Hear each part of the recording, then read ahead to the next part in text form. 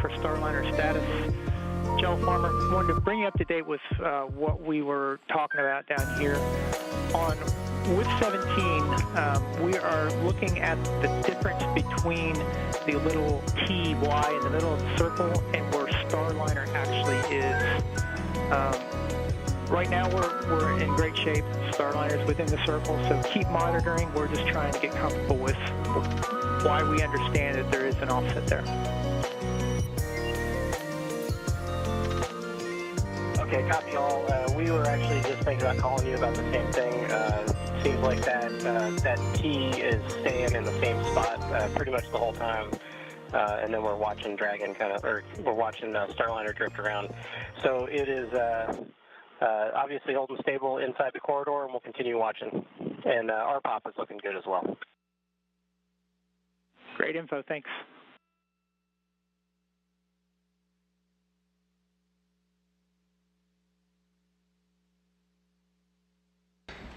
What you're seeing on your screen now is what was relayed up to the crew. The teams, again, we are holding at 200 meters right outside the keep-out sphere, waiting for that go to proceed inside of the keep-out sphere. The teams, both on the International Space Station side as well as the Starliner side in each respective control rooms, as well as the International Space Station team monitoring from aboard the orbiting complex that includes Bob Hines and Kjell Lindgren. They're all watching their respective data. From here, you can see the monitoring tool that the crew is looking at. In the middle of the circle is where the Starliner is supposed to be, and you can see the just a little bit lower and to the right is where the Starliner actually is. You can see the docking and navigation lights on the forward end of the Boeing Starliner. They just want to make sure that they understand some of the data before they go ahead and give that go to proceed inside the keep-out sphere. So the teams here on the ground, as well as the International Space Station, will continue to monitor and make sure they completely understand the data before going ahead and giving that go. 朝から配信してるんですけれども、あと200メーターぐらいのポイントで今ちょっと止まっているということです。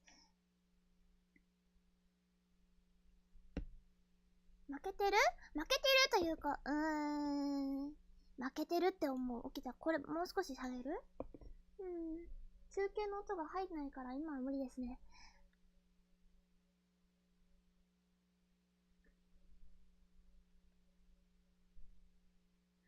おはりよ。スターライナーの、オービタルフライトテスト2が始まっていて、さっきまでね、500メートルポイントぐらいからギュッて来て、200メートルぐらいのポイントで、250メートルぐらいのポイントで1回止めるっていう、そういうなんかアボートのテストをしたみたいです。その後、200メートルくらいのポイントまで来てて、今ね、見えるかな、端っこに。ちょっとリア、手届かないかも。届いた。ここに書いてるかな、201リングって書いて、多分これ、そうだと思うんだけど、これ200メートル多分そういうことなんじゃないかな。レートは多分ね、速さですね。近づく速さ。よいしょ。あ、いや、消えた。あれ？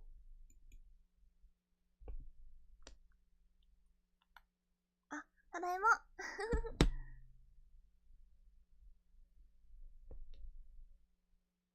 ていう感じで、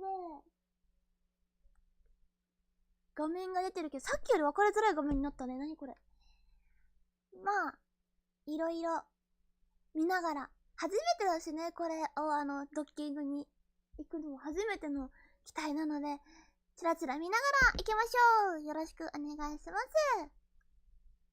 ウィンドウの音ちょっと下げとくね。解説の方の音と聞こえづらかったらごめんね。お腹すいた。BGM ちょっと欲しくなるね、こんだけ。何もないと。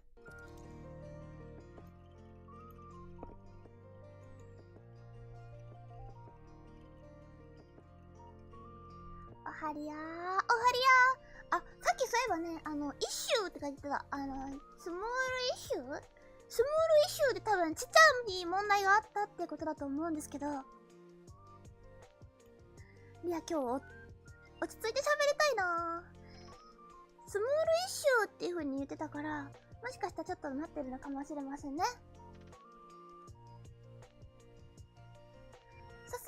ルスペースすごい日本語。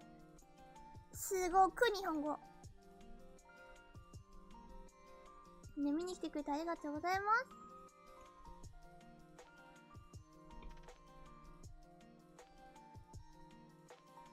中島洋介ちゃん、ありがとう。あと、レッシュンちゃん、ありがとう。あと、まかわりちゃん、ありがとう。ひろねちゃん、ありがとう。つなちゃん、ありがとう。ゆいちゃん、ありがとう。ラストブレイちゃん、ありがとう。まくちゃん、ありがとう。ゴリラロボちゃん、ありがとう。フランシスコ・ラミューさん、来てくれてありがとう。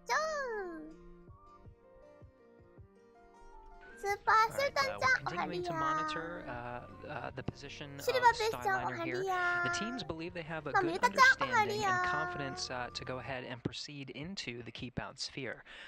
Words should be coming up from the International Space Station Capcom here shortly to describe a discrepancy in the data, more so really the graphics that are being drawn around Starliner versus Starliner itself. And we'll have the International Space Station Capcom describe that.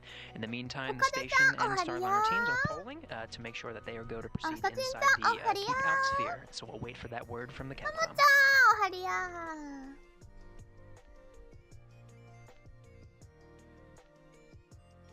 なんて書いてるか見てみる？さっきちょっと、出てたけど、この辺まで来てるよっていうの見てみようか。ちょっとじゃあ巻き戻すか。今止まってるみたいだから。巻き戻してみました。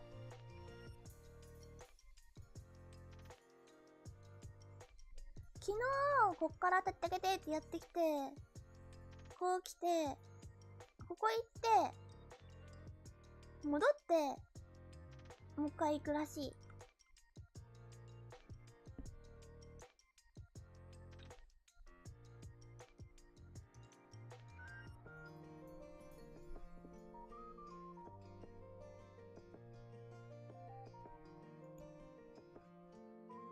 こんな感じでなんかチェックしてましたね。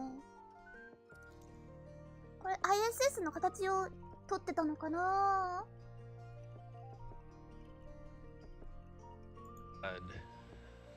？The approach ellipse.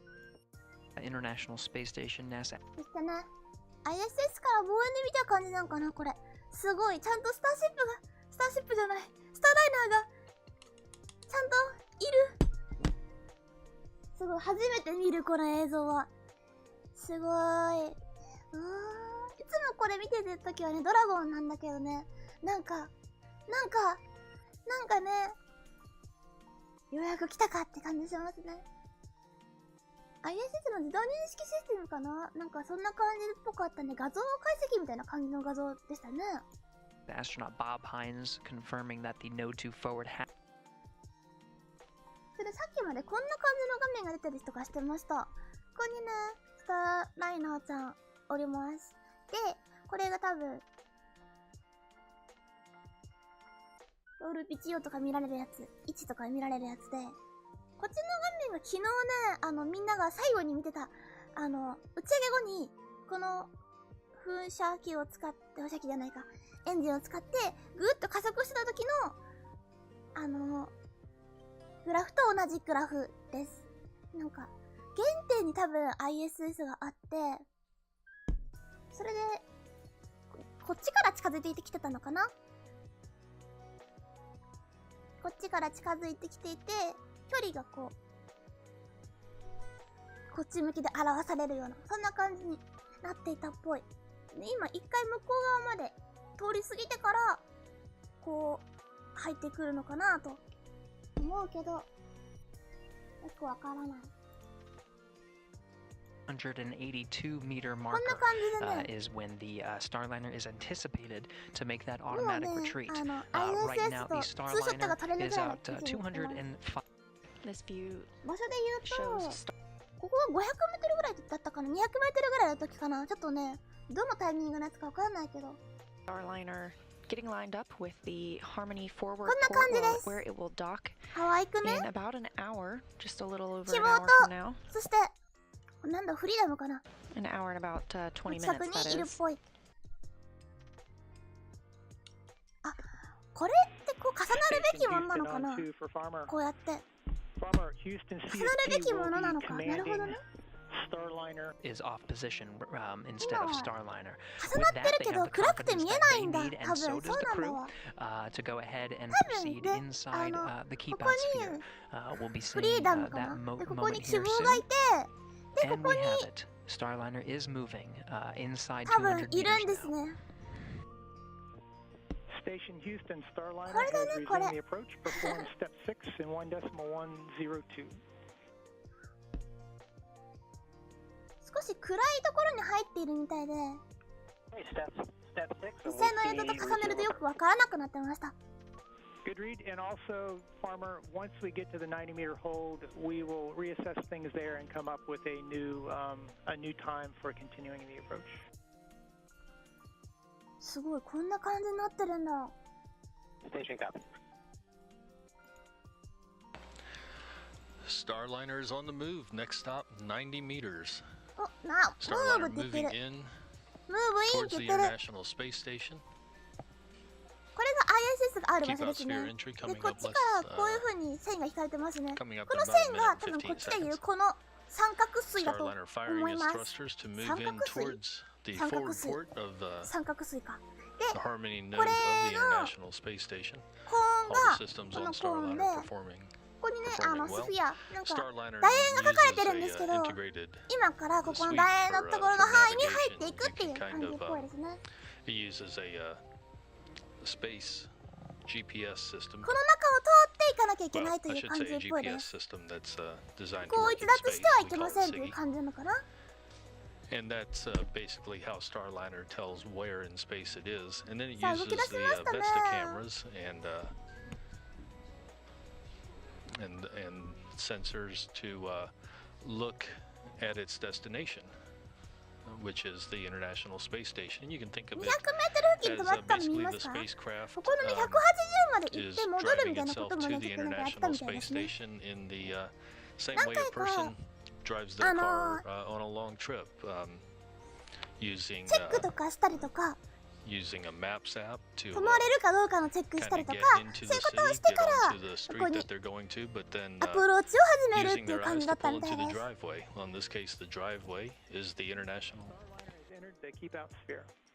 キープアウトスフィアって言ってますね。キープアウトスフィアっていうのは多分ね、この緑の線のことだと思います。スフィアって多分、こう、球体というか、丸い楕円のこう、丸い波形禁止区域みたいな感じかな。キープアウトスフ So ィア。 that confirmation that そこを Starliner 入 has ってい entered き the ます keep み out たいな sphere. 感じだと思うな。 And just Keep to out complete Sophia, that, keep out analogy, in this Sophia. case, Starliner's driveway is the forward port of the International Space Station.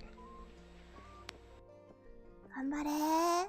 もう Yeah, す this ぐ is だ a よ。 big moment for the teams, Steve, the flight カリプ directors ソの胸を exchange 晴らすの gratitude じゃ。 towards one another, for the teams themselves, really diving deep into understanding what was going on with the discrepancy of the data, and with that came confidence in proceeding towards where we are right now.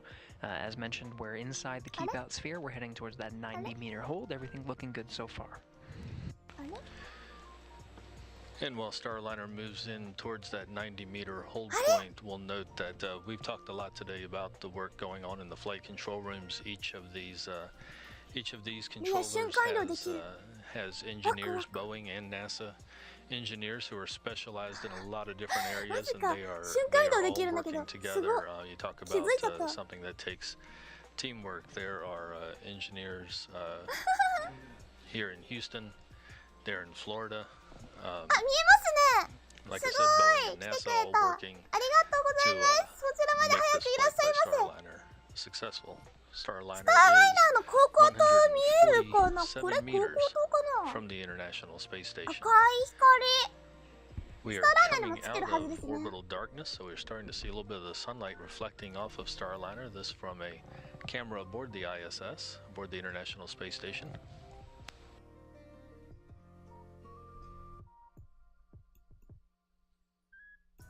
円錐かな。円錐だったね。底面が三角形なのか三角錐ですね。ごめんね。朝だから寝ぼけてました。円錐だよね。ごめんごめん。コーンだね。コーンって言い直したからセーフでしょ。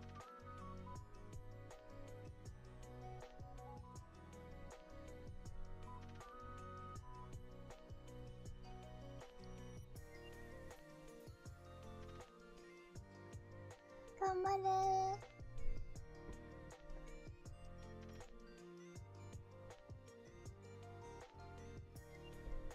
そんなこと言ったらなんかまた別のな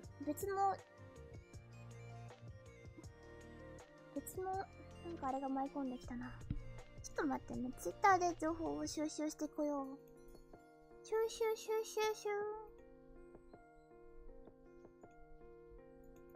ロケットラボの打ち上げの話が来てる。なるほど。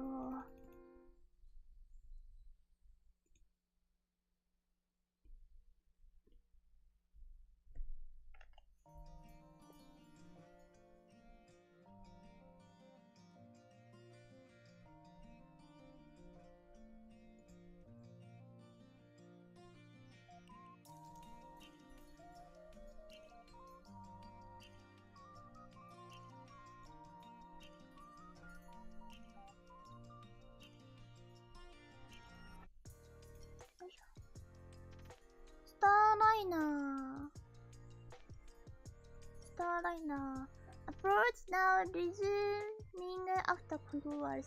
なるほど。ソフトウェアの問題があったっぽいって感じかな。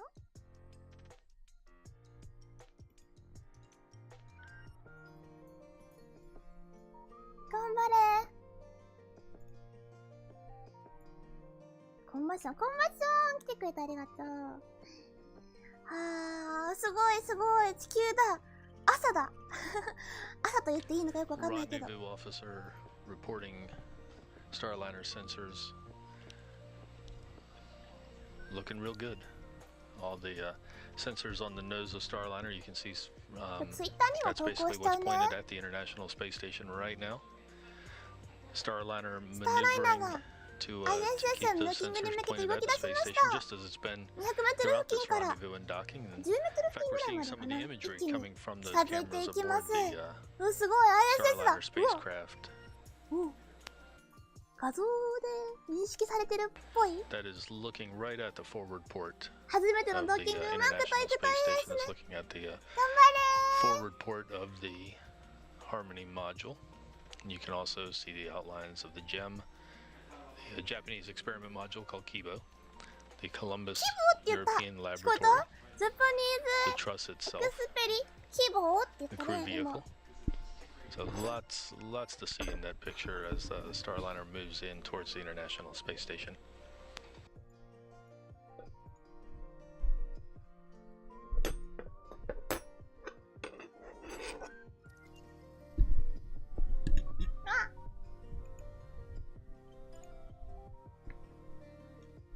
ボイツレスケちゃん、おはようございます。おはよう。 Station Houston, Space Ground 2 for Starliner. Farmer, want to let you know that we are not going to do the hold at the 90-meter point. That was designed to get proper lighting, and we are already in a good lighting config, so you can expect Starliner to press into the 10-meter hold 90 メ point. ートルまでギュッていくって言ったかな。 Station copies. We're going to bypass the 90-meter hold and continue 90 into the メーター 10-meter ホール hold. って言ってる。 And just so you know, we're seeing 90 メー we're ターホール well って言って within the る。 corridor, and looks like めっちゃ動いてるぞ、 Starliner is すごいぞ。 starting to converge on the center T and the overlays. スターライナー ISS ドッキングに向けて That's a good read, and we copy. 今動き出してますね。高校とも見える。赤と So 緑の高校とが Starliner よ is く見え on ま the す。 move, and it おー、 will 綺麗。 will stay on the move until it gets to the 頑張れ 10-meter ー。 hold point. At that point, Starliner will fire its thrusters and pause in its approach, but the あと lighting 20 is 分 good ほど at で the ドッキン International グ Space でき Station, るはずで some すけど、頑張れ 261 頑張れ頑張 miles れ。 above the Earth. And since 初 the めての lighting ドッ is キン good, グう we're ま going く to ていくといいね。 bypass the 90-meter hold point, go straight to the 10-meter hold. So that means that Starliner will hover basically at that just 10 meters away from the forward port of the International Space Station. Continuing to get fantastic imagery from those ISS cameras of Starliner as it moves into the International Space Station. In fact, the imagery coming in getting clear enough that you can make out the dog houses. That's the little pods on, there's 4 of them around the perimeter of the service module. Those hold the thrusters. And those thrusters are what's doing a lot of the work today, guided by the information coming in from Starliner sensors such as Vesta. Kind of working together. 今言ってるのはね、何が言ってるかっていうと、ホールドポイントっていうのがあったっぽくて、90メートルのホールドポイントっていうのがあったんですけど、that Starliner sees of the space station as it もう heads 90 in. メートルホールドポイントをすっ飛ばしてもっと近づくことを決めたっぽいですね。 Heard me walk through all this just a couple minutes ago, so apologies for the repetitiveness, but yeah, the space station's been up there for 20 years. It deserves to be talked about quite a bit, I'd say.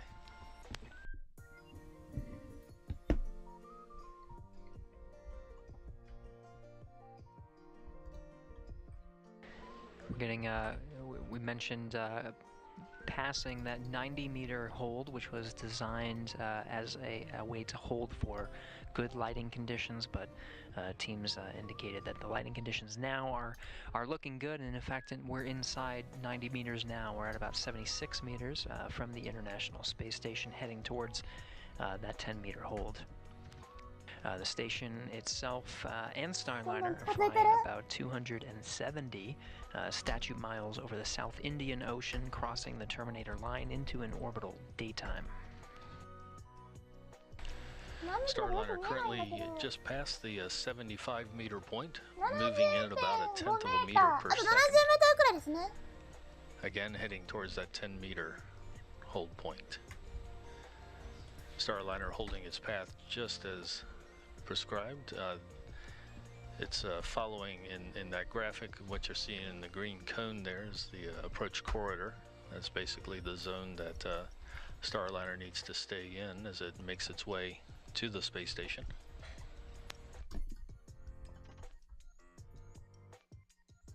Oh, 近づいてきた、すごい。やばめっちゃ近い。すごい反射されてる気分。すごい近い。こっちまで来てくれるんだよ。やばくない？バキューンってしてバキューンって。いいな。早く会いたい。70メートルポイントそろそろ通過しましたかね。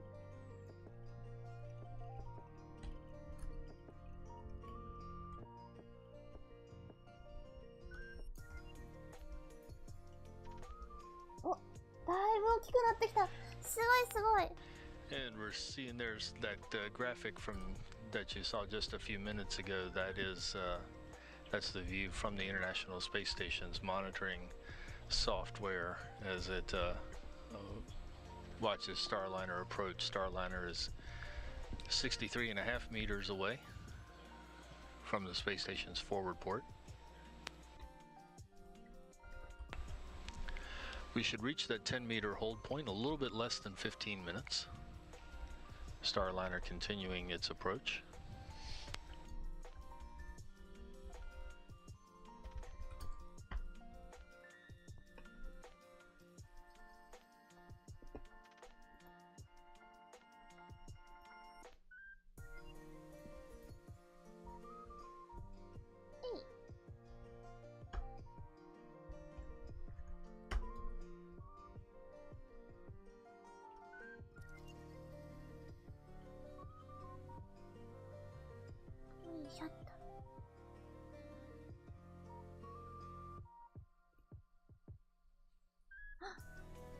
つぶやけたかなこれで。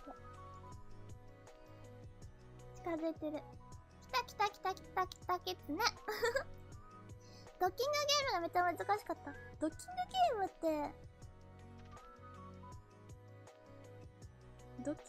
って、あれかなスターじゃない。クルードラゴンのやつ？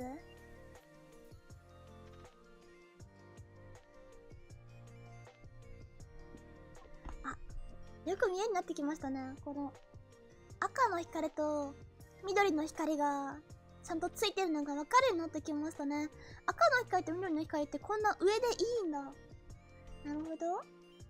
みんなはもう知ってますか？赤の光と緑の光。進行方向に対して右側に緑かな？飛行機にも船にもついている航行灯っていう明かりなんですけど、今船がどっち向いてるよっていうのを他の船から見た時に分かりやすいように、どっちに進んでるかっていうのが分かりやすいようになってます。今こっちに向かって飛んできてるので、進行方向に対して右側が緑、左側が赤。こっち側から来た船がもともとは船のやつで、こう船がさこうさ来てさ、ぶつかりそうになるかもしれないじゃんこうぶつかりそうになるかもしれないんだけど、この船は右側が緑、左側が赤じゃん。だからこう来たらこの船からは赤がよく見えるのね。めっちゃ赤見えるってなったら止まればいい。そんな感じ。船がこうやって近づいてきたらぶつかりそうになるから、ちゃんとどっち側が優先かって決まってるみたいだよ。Clearest images so far of Starliner, getting to see some of the livery 時についてたその赤と on 緑 the の光が Boeing spacecraft, 飛行機に and も a その really まま good 適 look 用さ at れ the て、 arrangement of the docking lights. We've been watching 宇宙機に this for a も little 適用さ while れ now てっていう感じみたいです。 as Starliner emerged from the darkness of space, as a little more appearing to the crew and the cameras as little more than a very bright light, closing now, getting very close to the forward port of the space station, and really able to show off a lot of the details of the spacecraft as it makes this orbital flight test 2 and as it closes in for the first rendezvous and docking flight path to the space station. No crew aboard the Starliner on this flight test mission, but it is a human-rated spacecraft, and this is actually blazing the trail for a later crewed flight test. ここと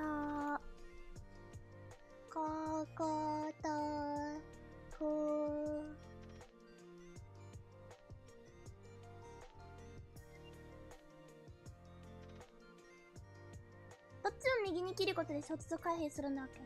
船の衝突回避マニューバーはわかんない。Also in this view, able to see some of the exhaust plumes from the small reaction control system thrusters on Starliner as they fire periodically. Just maintenance. Station Houston Space Ground 2 for Starliner status. こういうこと？ Joe Farmer, want to let you know that we are not going to make the docking window for this orbit. We expect to have a final approach initiation at 2350. So that means that we're going to be after what was the evening DPC, so we are going to abort the evening DPC. But if you have anything to tell us, let us know. ねえねえねえねえ、ここのさ、蓋可愛くない？ Okay, copy that. No evening DPC. 蓋めっちゃ可愛い。なんか可愛い。帽子かぶってるやつをこう外してるみたいで可愛い。可愛いよね。可愛いね。どんどん大きくなってますね。ああ、青いしのシワもちゃんと見えてきましたね。やっとお空の青いしましょう。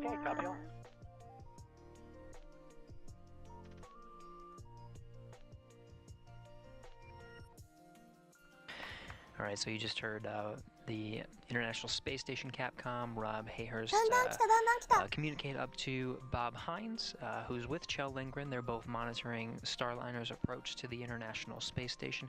We're now targeting the second docking window.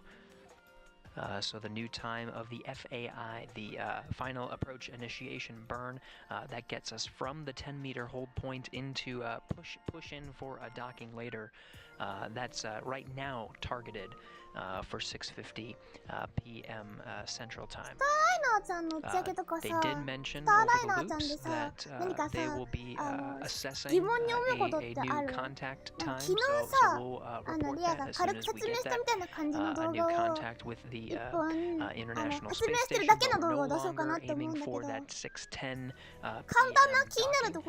We'll aim for the next opportunity with that final approach initiation. We're currently targeted for 6:50 p.m.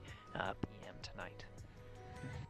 めっちゃ近づいてきた。すごい。 Starliner looking good though. The rendezvous flight controllers reporting that Starliner's looking good on its way in. It's now a little less than 35 meters from the International Space Station. Slowing down, we're at about 0.05 meters per second. We're heading towards that 10-meter hold point. And this does reflect the flexibility built into the timeline, built into this process. You know, the first docking opportunity, it's as they say, it's a target, not a requirement. So there's lots of leeway built into this docking. So it's not really a concern to have this adjustment. Again, Starliner looking great as it hovers out there in front of the forward port of the space station. Currently at a distance, still closing in. Currently at a distance of 31 meters. 31メートルかな？ 31 meters。31 meters。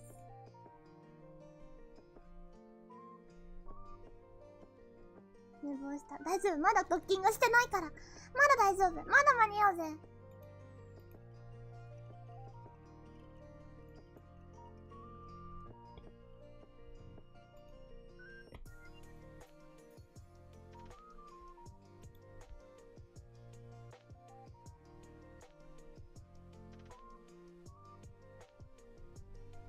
間に合った。間に合ってる間に合ってる。大丈夫。ここにいて、ツーショット今の写真撮っちゃう。イエーイイエーイ、スターランナーちゃん見てるー。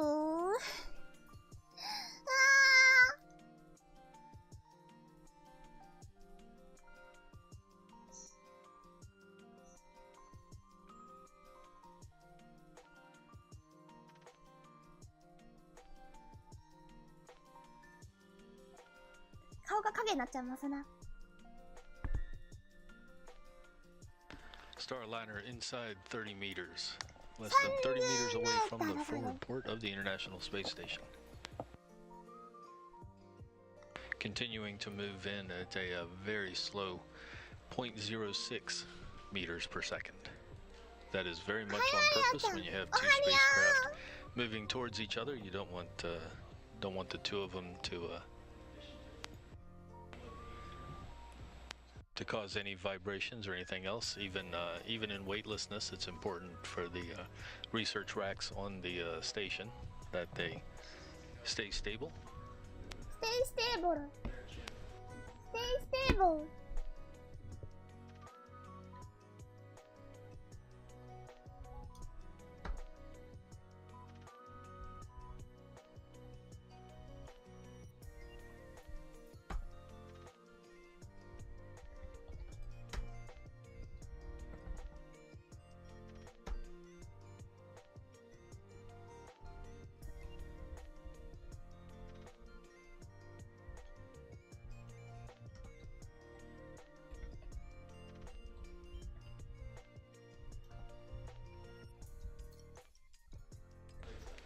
We've been talking a lot in terms of meters per second and kilometers in distance. So just a quick translation there with Starliner currently moving a little bit less than 0.06 meters per second. That translates to a little bit more than a tenth of a mile per hour. So that is how slow they are closing in. カラーリングがさ、少しさ、スター・ウォーズに出てきそうな感じしない？ 20 meters distant rendezvous has just advised the team. 未知の宇宙船が来てる感じがしてすごくいいな。いや、基地なんだけどさ、かっこいい。良すぎて。いや、良すぎて。良すぎる。良すぎる。良すぎるぞ。And what you're seeing on the screen there, that is what Starliner looks like from 20 meters away in space. 20メートルぐらいの距離にいるっぽい。今いいところ、めっちゃいいところですよ。すごいいいところ。And of course, it's going to pause at 10 meters. 10メートル付近で一旦止まりますので、それをね、よく見せてもらえたら。ね、これ何このふわふわしてんの？何このヘロヘロヘロヘロしてんの？何これ？ヘロヘロついてるよ。何？めっちゃ綺麗なんだけど、やばい、やばい。反射して。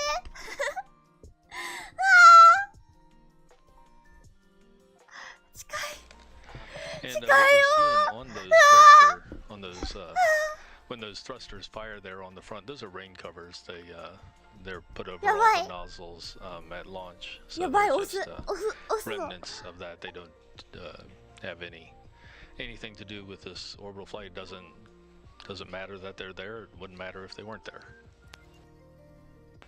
But what we are seeing there is that Starliner is moving in really well. 15 meters. Again, you can see some of that thruster firing. That's how much detail we're seeing from these ISS cameras. 丸のうちの一つなのかな。うわー、すごいねー。いいねー、めっちゃいいねー。月みたいだね。丸いね。月の代わりにこれ浮かんでたらいいな。いや、月も浮かんでてほしいから、月プラスこれ浮かんでてほしいな。うわー、かわいいね。青いしましまがいいね。かわいいね、かわいいね。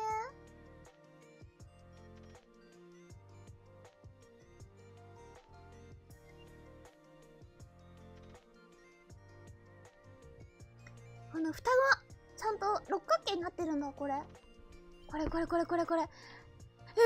よ。すごい上見切れてきた。今のうちに写真撮っとこう。今のうちに全部見れるうちに、見切れる前に見切れる前に、もう見切れてるけど、イエーイ。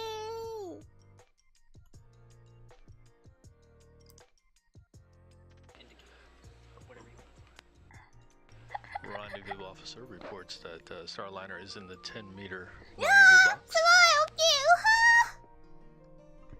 ー、こんなにまじまじと And Starliner 見られるなんて。 hovering at the 10-meter point, showing よく見えますね。 Station Houston これね、 Starliner よく is 見え at る the かな。 10-meter hold. Perform こ step こと 7 in ここと 1.102. ここに And we're working on 爪があるの分かりますか？ SAI as mentioned. And we are seeing ISS 側 really に good も video 同 from じような爪があります。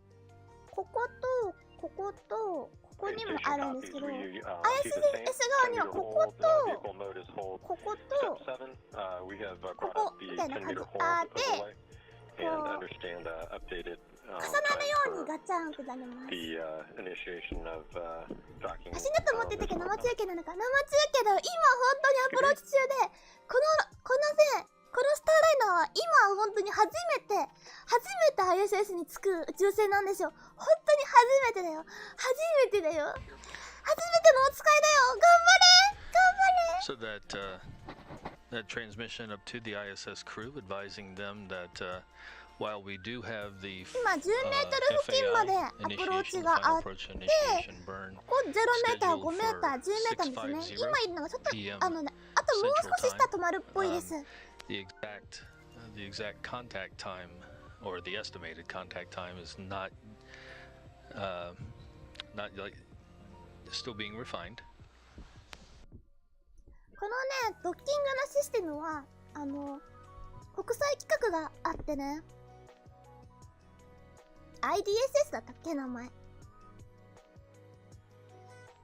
ンターナショナルドッキングシステムなんとか、国際標準のドッキングの、規格みたいなのがちゃんとあります。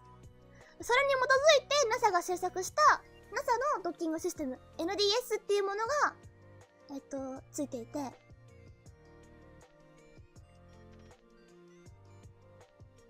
この NDS ってやつを使ってガッチャンコします。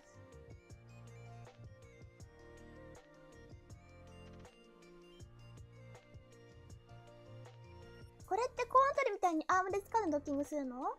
これはね、アームは使わないでそのままドッキングします。アームは使わずソユーズ方式でドッキングするのかな。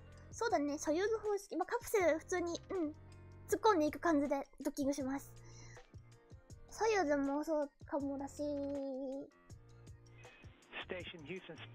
クルードラゴンとかも同じ感じかな。ドッキング直前に止まりましたね。止まったっぽいですね。10メーター付近でちょっと止まってますね。ほら今ね、赤いところにこう線があって、こうやってだんだんこっちからやってきて、この原点のところに ISS がいる感じです。で、この円錐の緑のこのコーンみたいなやつが、多分この辺の線に相当するものだと思われます。でここでちょっとフラフラしてるよね。これ一回止まってますね。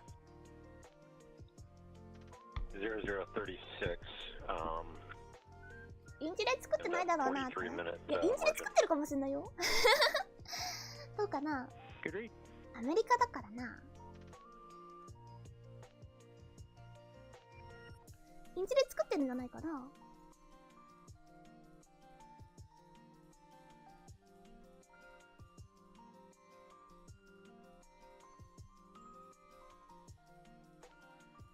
あ、でも、インチ、ヤンドポンド風って、航空の業界だと普通に使うよ。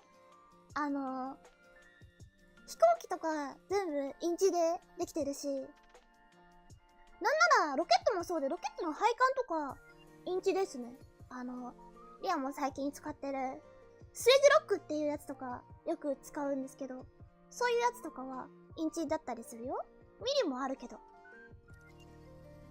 インチ規格普通によく出てくるから、まあ、よく出てきます。インチ絶対許さない。インチを許さないっていうかね、インチとメートルと両方あるのは許せないよね、ちょっとね。どっちがスタンダードなのっていうね、風になるのは確かに紛らわしいから許せないかもしれないね。ミリで企画書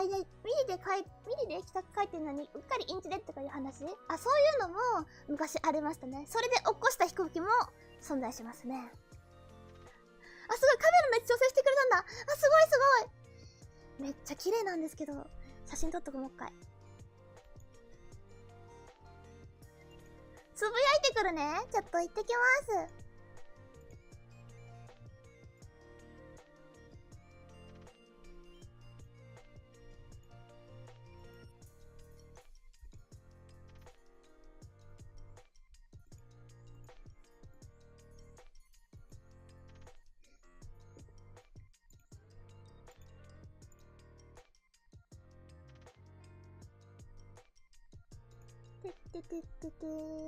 ライブ配信コメント。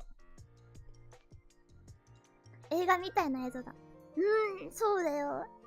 むみちゃん来てくれてありがとう。バージン？これどっちがどっちなんだろうね。多分 ISS はパッシブモジュールかな。でこっちでも ISS 側は両性ともいけるかもしれないですね。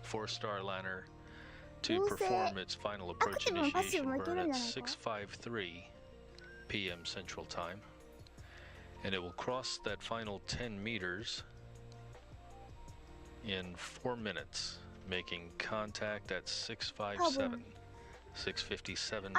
Central Time, 7:57 p.m. East Coast Time. NASA DS が使えてるはずだから。Plenty of flexibility built into this timeline, but that is the current schedule. No rush. These are all targets, not requirements. And while Starliner pauses right here at this 10-meter hold point, we can really see some spectacular footage of the spacecraft.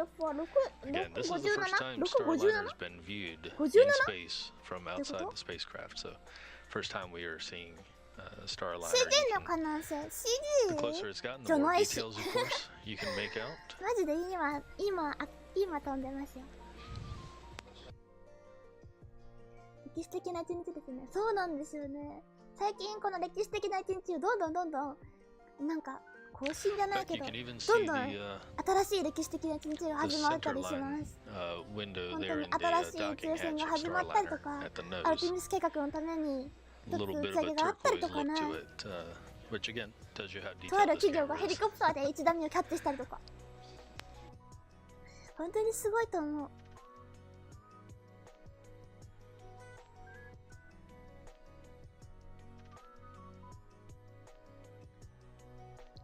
たまにアナウンスされる速度、ISS との相対的な速度って今何メートルとか言ってました？メートル、マイナス何点何00メートルパーセックみたいな風に出てきてるやつは ISS との相対速度ですね。ISS が0で、そこに向かってどれくらいの速さで来てるかっていうところだと思います。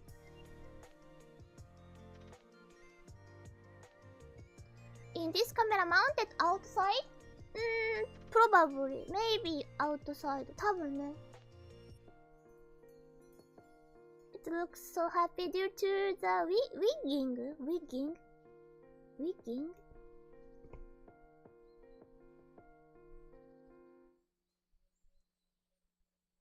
まばたきごめん。So happy due to wigging top bit.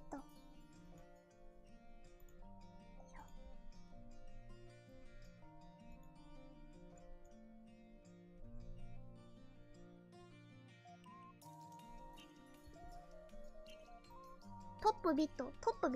これかなこれのこと？てかちょっと尻尾振ってる手で可愛いよね。リアにもあるよ。これ。どうこれ。おそろ。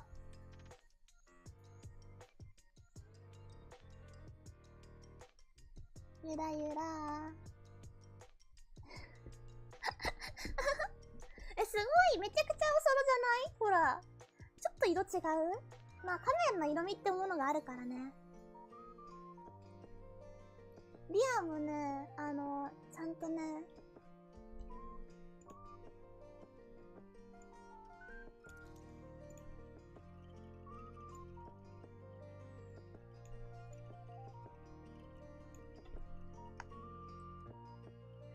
ほら、ここの、よいしょ、ちょっと待ってね、こうやって、スカートにが貫通しちゃうのであれですけど、よいしょ、こんな感じでね、ちゃんとね、ここに、しましまを入れてきたので、しましまを、Alright, again, Starliner's holding at 10 meters. In the meantime, we'll continue to take Ask NASA questions to make sure that we're giving you good information about what's happening. This first question comes from Lysosterm, who's asking, what is the plane of the docking of Starliner with respect to Earth? Is it above, below, or beside the International Space Station? So, right now, at this moment, the 10-meter hold, it is what's called, on what's called the V-bar, or the velocity bar. Really, this is directly in front of the International Space Station. So both of them are flying simultaneously at the same speed, at the same time. And it's holding as they're traveling about 17,500 miles per hour around the Earth. What you're seeing is a careful and methodical approach in order to get to this point, right? It doesn't go immediately up and in front of the International Space Station. They both have the same relative velocity, are traveling on the exact same plane, and it's taken a lot to get to this point. The journey to get to this point has been a series of burns, but since this is a flight test, we've also put Starliner through a number of demonstrations to test its capabilities fully. We did have a commanded hold that was sent from the International Space Station, and that was successful. We also tested its retreat ability to cross the keep-out sphere, recognize that it did not have the authority to proceed, and then retreat outside of the keep-out sphere to 200 meters, where it held for a little bit until it was given a go to proceed back in to where it is now at 10 meters. Continue to send your questions in using the hashtag AskNASA. Again, we're holding at 10 meters.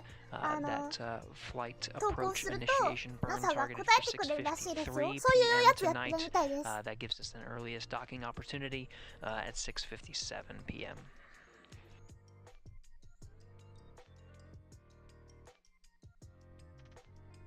これがドッキングポートで10メーター後にここに止まってるみたいです。止まってるってのもすごいけどね。止まってるんじゃなくて ISS と同じスピードで動いてるんですけど。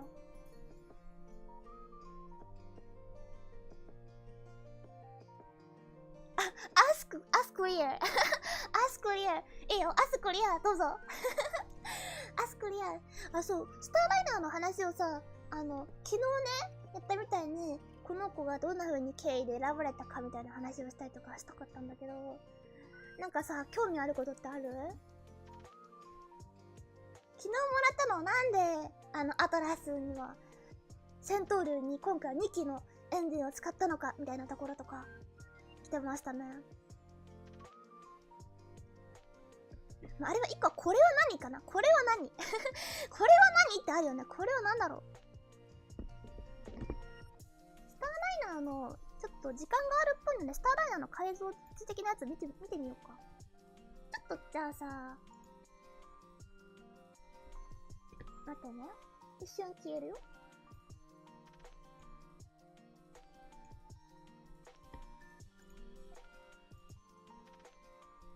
ここに、ボーイングの、Again, great images coming from the International Space Station cameras showing the Starliner spacecraft as it hovers 10 meters away from the International Space Station. The docking time we are looking at now 6:57 p.m. Central Time. That means 57って言ってるので、57分まで待つみたいな、何かあるみたいですね。 Starliner to cross that last 10 meters. While we've been watching these great images of Starliner here in the Starliner Mission Control Center across the hall in the ISS Flight Control Center, where they're watching with equal amounts of attention. Flight team is keeping the orbital laboratory lined up for this work, and over there is NASA's Leah Cheshire. Leah, how's it looking? Hey Steve, just like these views, it's looking pretty good. The teams over here have been monitoring the arrival of Starliner and working with the teams over in the Starliner flight control room to make the decisions, like to go ahead and pass through that 90-meter hold point and come on up to this 10-meter hold point where we have Starliner right now. Again, just 10 meters in front of the Node 2 forward port. That's the Harmony module on the International Space Station. That's also where the Crew Dragon that brought Crew 4 is docked to the Zenith or the space-facing port. The space station is currently traveling about 261 miles above the South Pacific Ocean. And you can see that it's also joining 4 other visiting vehicles in addition to Crew Dragon once Starliner arrives. The Cygnus 17 is docked to the space station and brought along with it cargo and resupply for the crew. Soyuz MS-21 brought up 3 of the Roscosmos cosmonauts now living on the space station. Progress 79 and Progress 80 are 2 Russian vehicles that also brought up resupplies for the space station. これは友人のソユーズ。こっちのクルー4ドラゴンも友人のクルードラゴンです。だからアメリカのやつとロシアのやつがくっついてる感じですね。We are seeing all sensors working great. The hold looks really good. I love your hairpin. Performance is really good. We appreciate you continuing to watch it. Okay, sounds great. Yeah, we're こんな monitoring にあるんだ。たくさんありますね。本当にいっぱいある。 starts approaching a boundary, it reverses direction and seems to be station keeping really well. I love your hairpin. Concur. 場所が少しずれたかな。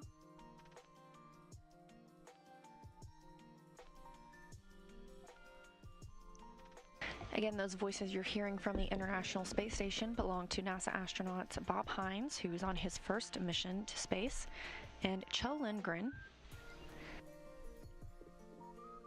There are 7 people living on the space station, and it's currently about 11:23 p.m. GMT, which is the time zone that the space station uses. They will be getting ready to go to sleep. However, since we have shifted the docking time of Starliner, we'll still have Lindgren and Hines monitoring its approach and arrival. モニターしてるらしいです。ドッキングのモニターとアプローチをISS からボブ・ハインさんとリングリンさんかな、この2人が、リチャード・リングリンさんかなが見てくれてるそうですね。ドラゴンクルー4で宇宙に行った方々だと思います。めっちゃ尻尾振ってるじゃん。可愛くね。うわねえ、ブンブンブンブン頭の尻尾振ってるの超可愛いんですけど、頭の尻尾って意味わかんないけど、めっかわブンブンブンブンブンブン可愛い。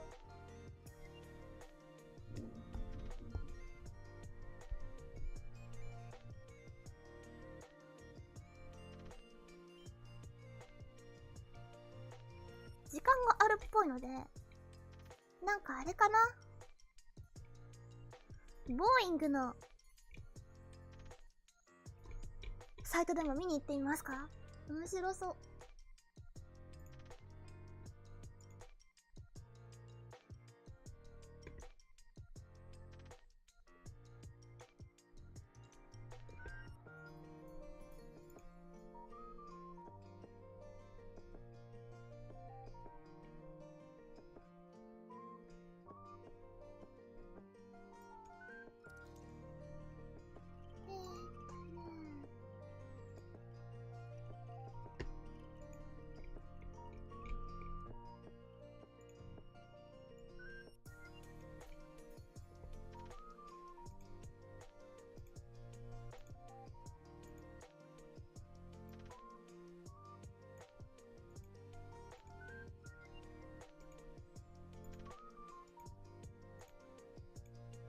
Just a reminder, if you're watching live and you have a Twitter account, you can ask us your questions with the hashtag AskNASA.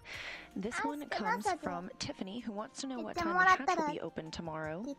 Our hatch coverage, our coverage of the hatch opening will begin at 11:30 a.m. Eastern Time tomorrow, and we expect to see the hatch opening around 11:45 a.m. Eastern. We'll also have some welcome remarks by the crew on board, so make sure you tune in here on NASA TV. スターライナーとワンコさん、めっちゃ可愛くない？ ISS 目の前におるーっていうのが可愛いよね。とりあえずスリアルって何？スリル？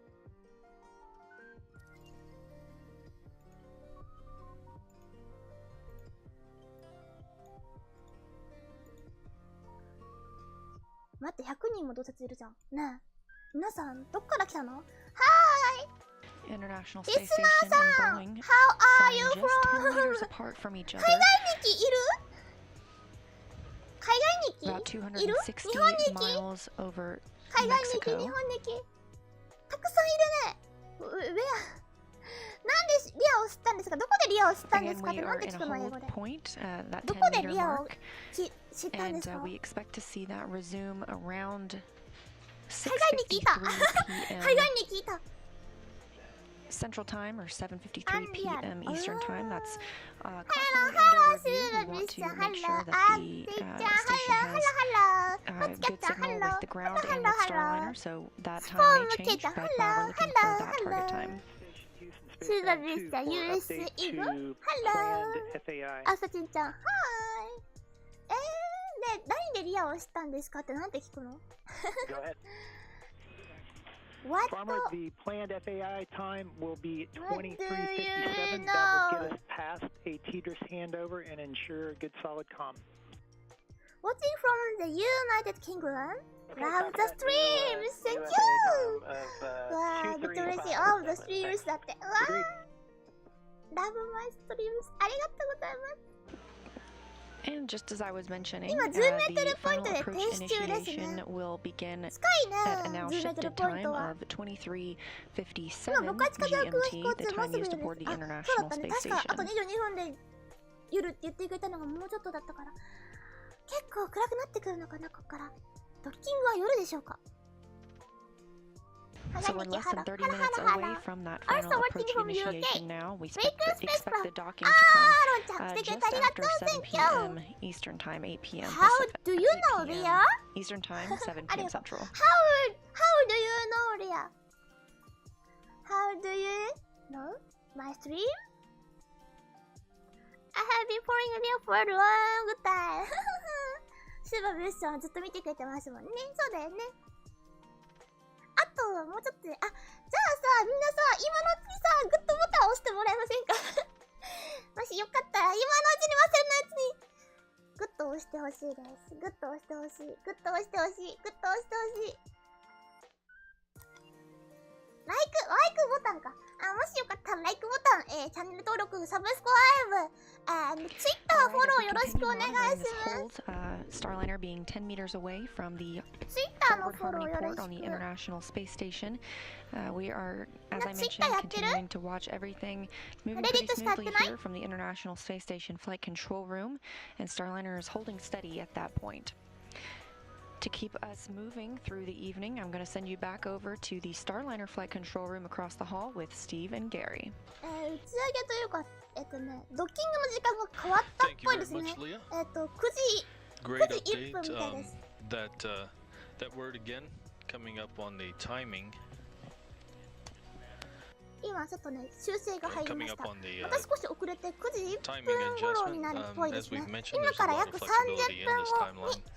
And つながるっぽいです。はい。radioing the crew of the ISS that we are looking at 押した、ありがとうございます。押してくれてあり final が approach とう。 initiation burn at 6:57 p.m. Central I Time, found your stream for 7:57 one clip a while p.m. back. Eastern Time. That's クリッ gonna プクリップありがとうございます。クリップから見てくれたんだね。 docking time of 7:01 p.m. Central Time, 8:01 p.m. Eastern. スーパースルタンちゃんのカナダ from 日 the 記 current 10 meter はい、カナダ hold 日記 point that you はい see there on your は screen, いメポ it'll take 4 minutes for Starliner once I that. rang the bell. Thank you. Background 2 for timeline updates. あ、増えた。ありがとう。もしね、よかったらもっといっぱい押してってくださいね。高評価。グッドボタンを押してほしいですよ。よろしく。72まで増えた。93人見てるけど、72人押してくれてる。ありがとう。 Node 2 entry activity, the no exercise activity, and the maneuver after docking. だんだん暗くなってきましたね。ほら。with Getting the new docking time and those ダーク round んダーカードーン Okay, copy all. We're tracking that stuff. Thank you.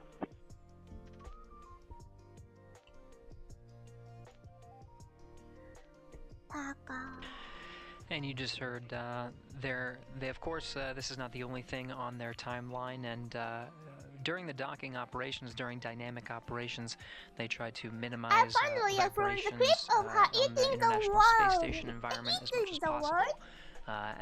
To make sure that the docking of Starliner to the station is as smooth as possible. So there is a constraint on their timeline on when the crew members inside the International Space Station can exercise. Of course, Lingering and Hines are very busy with the monitoring operations. They're taking a look, and they have reported that the Starliner is doing a very good job at station keeping, meaning staying really and holding at that 10-meter hold point. But the rest of the crew members on board are in a pre-sleep or sleep period, and they have the ability to exercise if required. あるよ。いつもこれあるよ。何で遊ぶ？地球？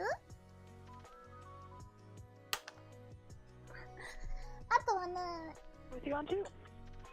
Hey Jessica, we estimate you have about 45 minutes left of CST pre-pack. The good news is we are going to schedule you a block tomorrow to finish that up so you can enjoy the rest of the rendezvous dock.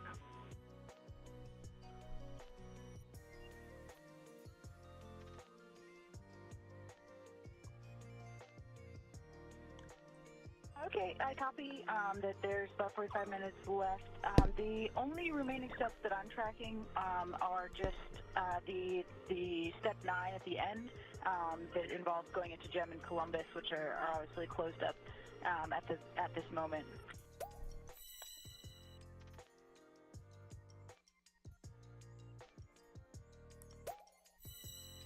Okay, that is good info. Thank you, Jessica.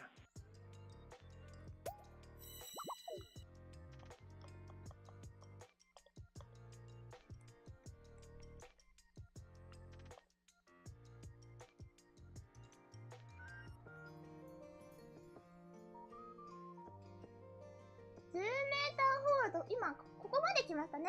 250m ホールドまでやって、ここまでやって、今 10m ホールドまで来ました。ここでファイナルアプローチの前で止まってます。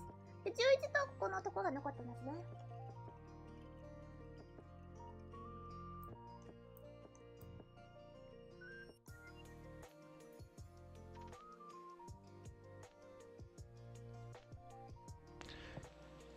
And we have another question that's come in from Ask NASA, from Richard. It appears there are 2 objects at the top doghouse that wave back and forth from time to time. What are those? We've been getting this question a lot, so let's take that on. It is really simple. They're rain covers that are over each thruster.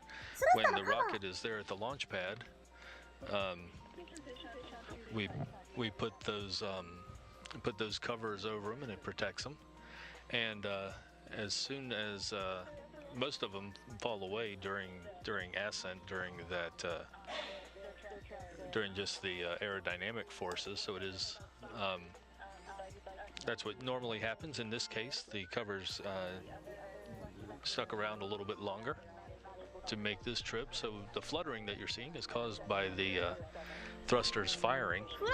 They are very small thrusters, and they're just performing little maintenance burns, we call them, basically keeping Starliner in its position in this 10-meter hover. So little thin sheets of plastic, keeping everything together as it heads out, and that's all there is to that story, I guess.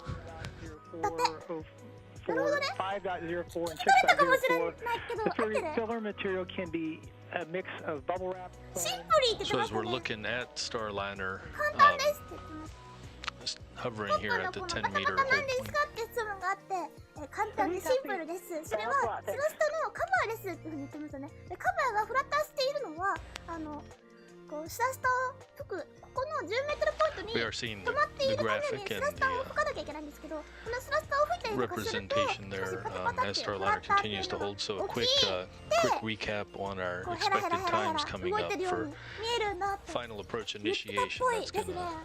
going to start at 6:57 p.m. Central Time. みんな気になってたみたいだね。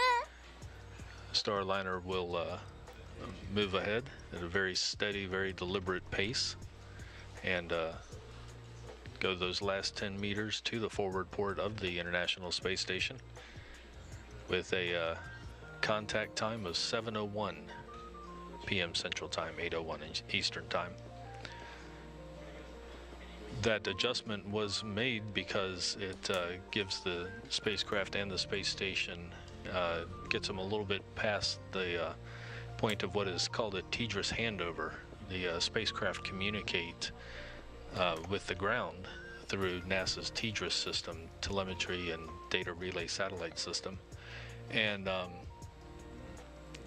there's basically a series of communication satellites in geosynchronous orbit more than 22,000 miles above Earth, and they relay, just like their name implies, they relay data from the spacecraft in Earth orbit down to the ground. So in order to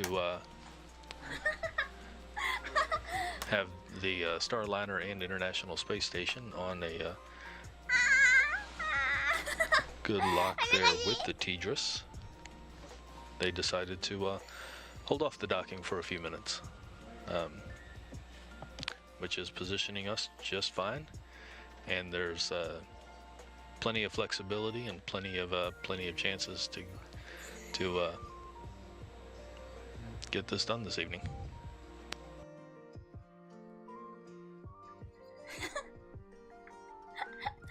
くるくるくるくるくるくるくるくるくるくるくる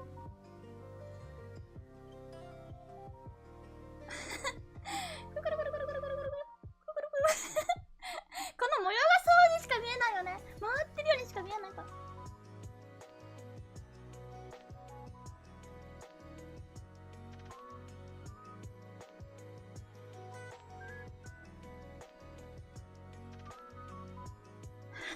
ウインクできなかった。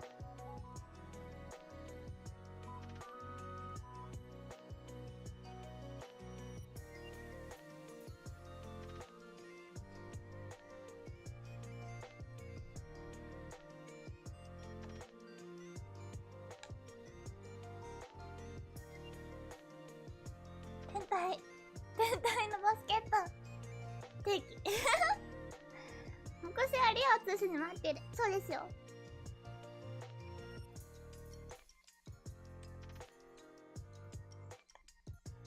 ヴィーナスヴィーナスヴィーナス As the International Space Station and Starliner fly over the Earth, they hand over the communications between some of the tracking and data relay satellites that provide some of the video that you've been seeing from low Earth orbit. Right now we are at a handover period, so we'll be regaining some of those views from the cameras outside of the International Space Station here very shortly. In the meantime, the Starliner continuing to hold at that 10-meter point. We're waiting for good lighting conditions and an evaluation and a go to proceed for docking. Right now we're targeting contact with the International Space Station shortly after 7 p.m. And that 7 p.m. is Central Time.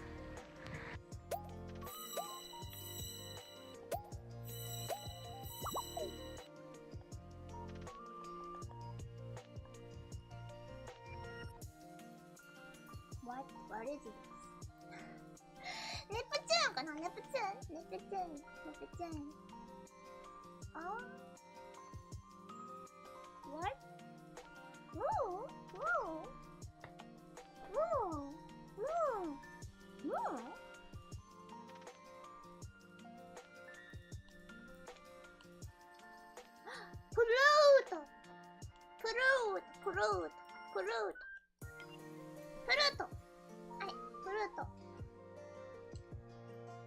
Look very similar to Moon and Pluto. めっちゃ似てる。すごい。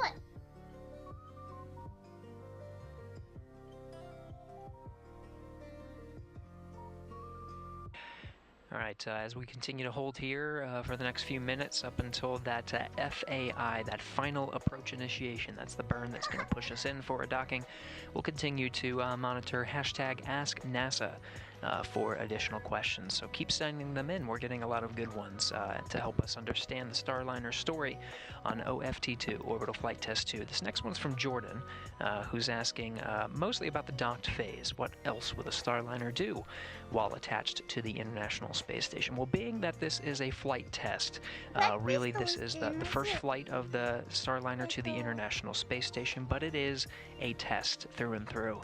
We've been seeing a lot of demonstrations of the Starliner's capabilities up through this point. We've seen commanded holds, we've seen a test of some of the abort engines, a test of it being able to maintain attitude in a hold position, testing of the Vestas system and space-to-space commanding, the whole lot. But the testing does not stop once it's docked to the International Space Station. The flight control teams will continue to check out its connection with the International Space Station, verifying good communication, data, power paths as it makes umbilical mating to draw power and connect some of those communications. They'll be testing out the various systems, including its quiescent phase, what it will be like when it's docked for long periods of times, as its main objective is for long-duration crew missions to bring crews up to the International Space Station. There's also about 500 pounds of NASA cargo and 300 pounds of Boeing cargo inside. They'll be able to take some of those goodies and bring them inside the International Space Station. Starliner will also be bringing some equipment home, including some nitrogen oxygen recharge system tanks for refurbishment so they can be reflown at a later time. So the crew, the Starliner is expected to be docked to station for a minimum of 5 days to allow proper testing, to allow cargo transfer, enough time for all of those items to be executed before it undocks and returns to Earth. Very good questions. Keep sending them in using the hashtag AskNASA. そもそもあれつなぎで何するのってことだったのかな。つけて ISS のテストだから ISS にドッキングできるかちゃんとチェックしていろいろチェックするあんまり聞き取れなかったな。で5日ぐらいチェックするとかやってたから5日間かなくらいつけてで戻ってくる。これ糸川ですね。糸川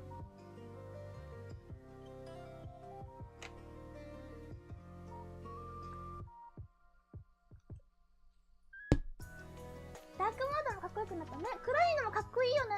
さっきの暗いところこれあって邪魔だったからまた次来たらどかしとくね。こちらね。ごめんね。リアのかわいいアクセ立てが失礼しました。マーズ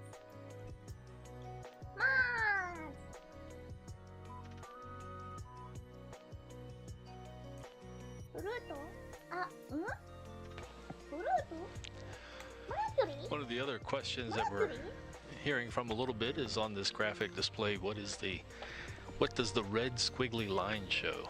That is, we've been using the word hover. Starliner is hovering at that 10-meter point. That's basically just the trace that the Starliner is making at that 10-meter hold point. Holding it pretty well. Through orbital mechanics, there's a natural tendency to pull down in relation to that white line there, and the thrusters on Starliner periodically fire and move it up a little bit closer, but Starliner is in the corridor exactly where it needs to be, 10 meters away from the International Space Station.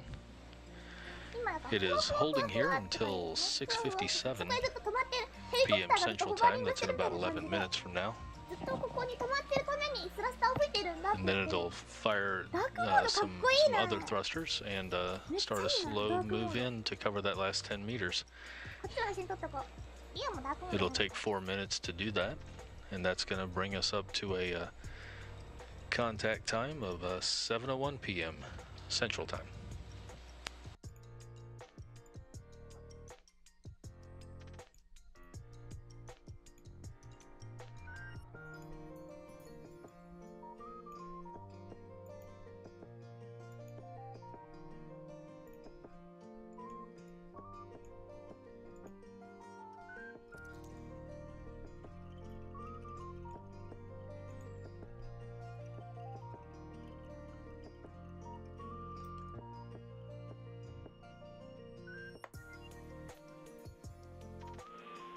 Station Houston Space Ground 2 for FAI. ダークモード。ダークモードになった。あ、でも朝がまた来ますね。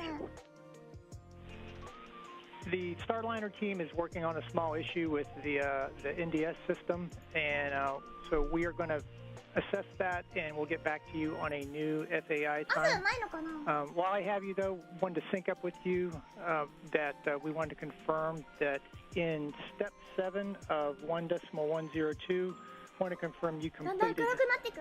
何 the 何 capture カメラ review があ at れ the か end な。 of that カメラ step. のモード変わったのかな。なるほど。そこまでする。仕方ないな。仕方ないな。ちょっと待って。そこまでするなんて聞いてないよ。いきなりすぎないですか。 And copy the capture review.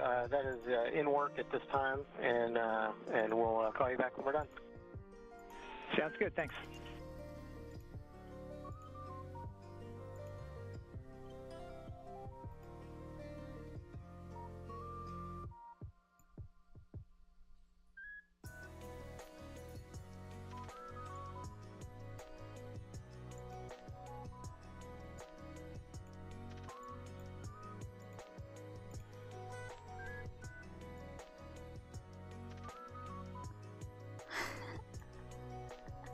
何やってんだろうな。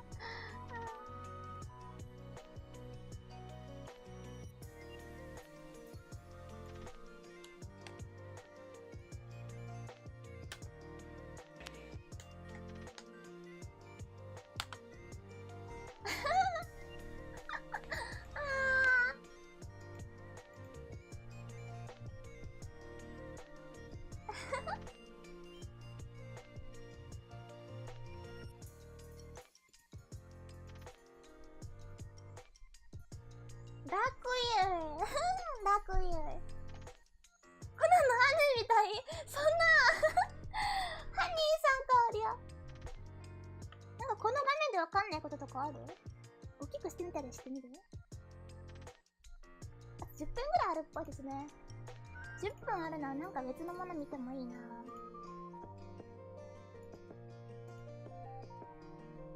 例えば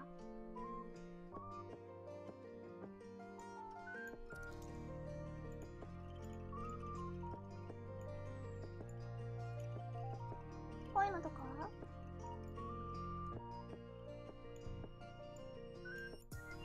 特に何もないけどね。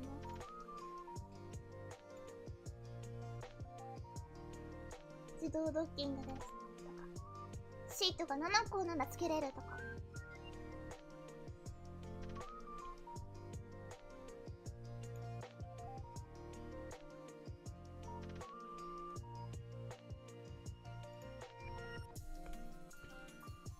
まさにこれですね、まさに。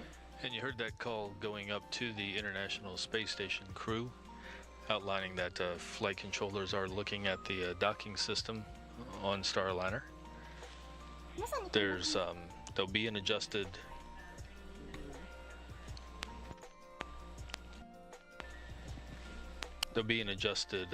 final approach initiation time, and that will bring, of course, an adjusted contact time as well. この緑のスラスタと赤のスラスタ何が違うんですよね。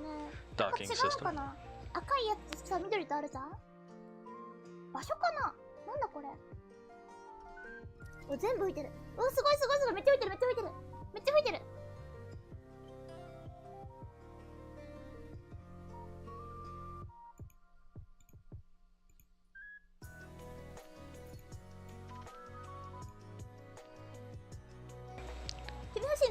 Flight controllers reporting to Flight Director Advanced Ice that the docking ring is extended. リアライブの方つけてもらってツイートしてもらったら嬉しいです。動いてるね、ちょっと。前に2機、後ろに3機あるから区別してるんではないか。なるほどね。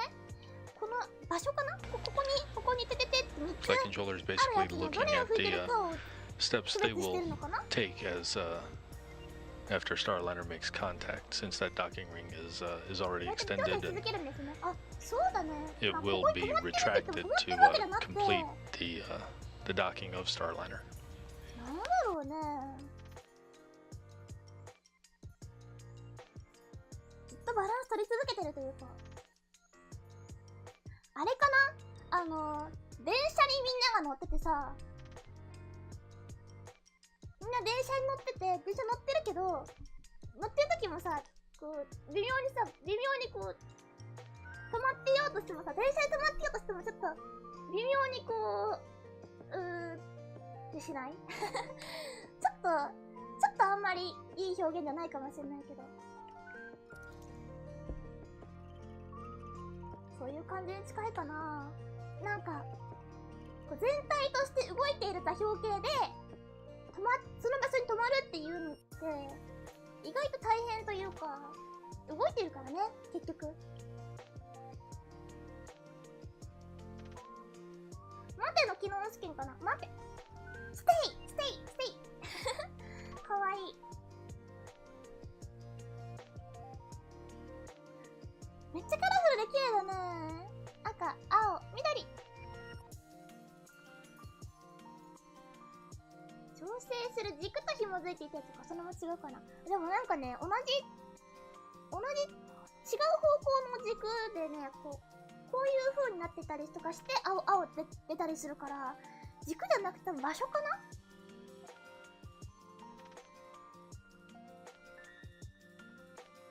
プラスとメロン違ってなんだろうね。気になるよね。どれを吹いてるかってことかなと思ったけど。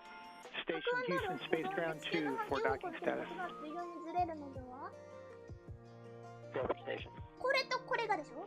これとこれがでしょ？ I wanted to let you know that a few of the NDS components did not go to an intended config. Therefore, we need to retract the docking ring to reset the system. We're expecting that to take about 30 minutes. We will come back to you with a new FAI time. Okay, copy that. 30 minutes to retract the ring and then re-extend it. And just confirm we're happy holding at 10 meters while we do all the troubleshooting. I'm very sleepy. Copy. Thanks. Good night. Good night. Bye. またね。Did they say what something to do with NDS? 何か LDS でやんなきゃいけないことがあったって。So you heard that report from the International Space Station Capcom. Rob Hayhurst communicating up to NASA astronaut Bob Hines. He's with Kjell Lindgren. They're inside the International Space Station right now monitoring Starliner as it holds at the 10-meter point. The NASA docking system, the NDS, retracted its ring fully. They were checking out some of the systems, but there are some that still need to be verified. So the teams here, after some discussion, elected to retract the ring. They're going to go ahead and pull that back in and then reset the system to try again. That process is expected to take 30 minutes. ISS crew is ready for final approach monitoring and capture review is complete. Houston copies. Thanks for the words. Final approach monitoring って言ったけどね。And the space station crew, of course, sticking with it, making sure that they are continuing their task of monitoring Starliner's approach. The Starliner again is holding at 10 meters. They're planning on retracting the NASA docking system ring to reset the system, and that is expected to take up to 30 minutes. The back end of the flight final approach initiation window is expected to be on sort of the assessment time, so we'll be targeting a new window. We'll assess the next opportunity to push in for a docking, making sure that Starliner and its systems are all good before we press in for that docking. And we'll get back to report that as soon as we have more information on the new window time. 新しい時間はもう少しモアインフォメーションだそうです。もうちょっと時間というか情報が来てからみたいですけど、ちょっとね、情報を見ていきますね。ツイッターで言ってる人がいるので、その人たちをこう追ってみます。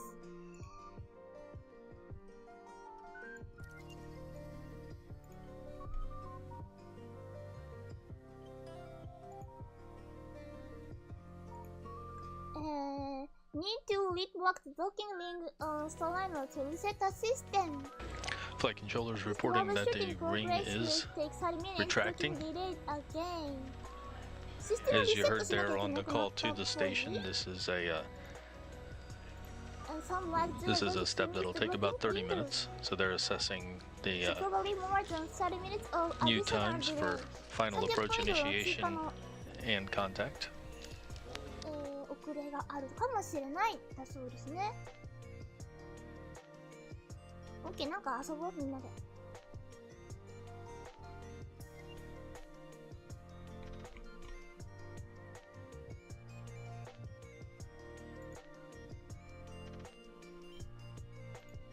リングかな。ボーイングスペーススタースタッフクラフ。7時57分だったけど、これも違うでしょ？伸びたでしょ？ボーイングからのやつを見ればいいのかな。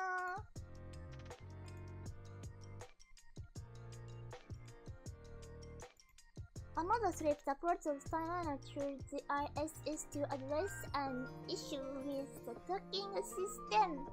ドッキングシステムの問題があって、ISS のストーライナーにちょっとまた時間遅れが生じている。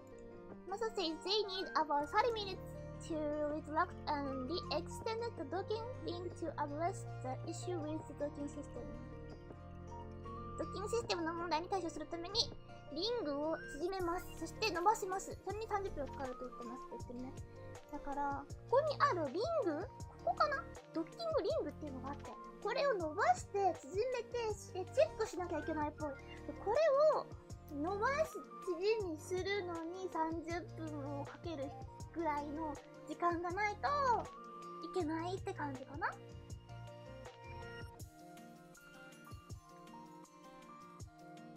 Ria's English gets better every time I hear it. Wow, my English is good. ありがとう。Getting better だって。やった。CD のスラットの色の違いの意味を少なさしてみました。ありがとう。これ伸びれば伸びるほど少なさ多くなりますからね。ね。少なさ。ありがとうございます。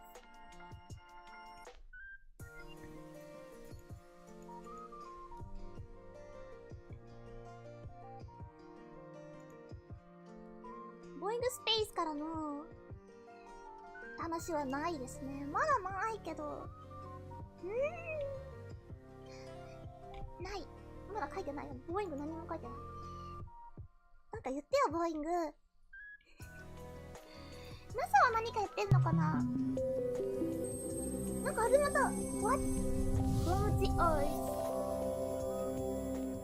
ISS benefit for humanity. え？何特別番組？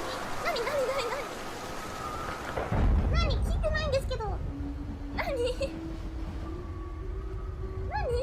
中継終わったの？The Rescue Coordination Center started receiving distress signals. The bridge was starting to fill up with water. The ship was sinking and got them out on top of the rescue boat. あそこまさに無限に答えてくれたらいいじゃん。60, なんでブロムディアス始まっ We たの？ started to separate one by one. Wave height 50 to 60 NASA feet. TV, yes, NASA TV. Finally, I was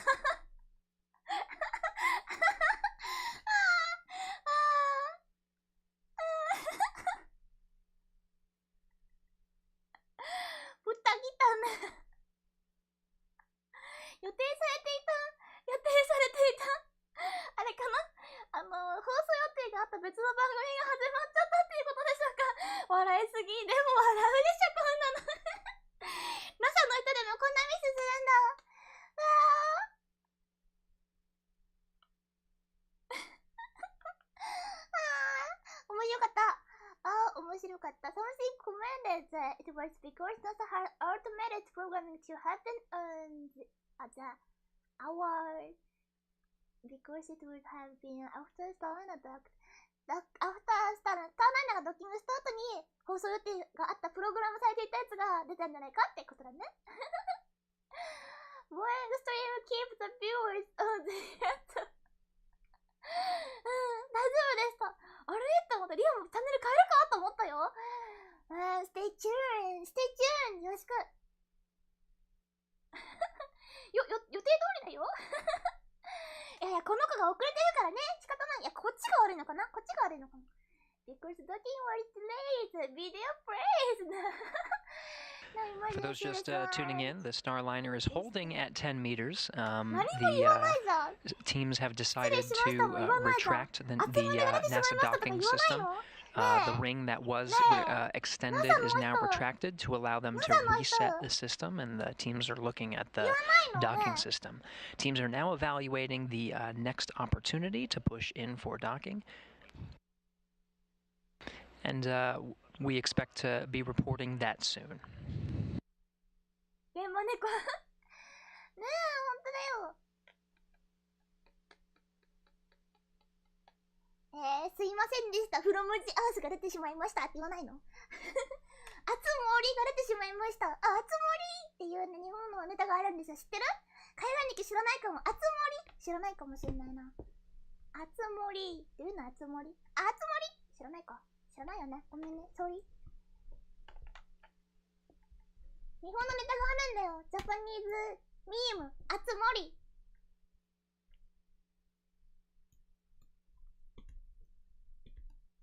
あつ森っていうね、放送事故があった。アニマルクロッシング？アニマル？アニマル？ノットアニマル？アニマル？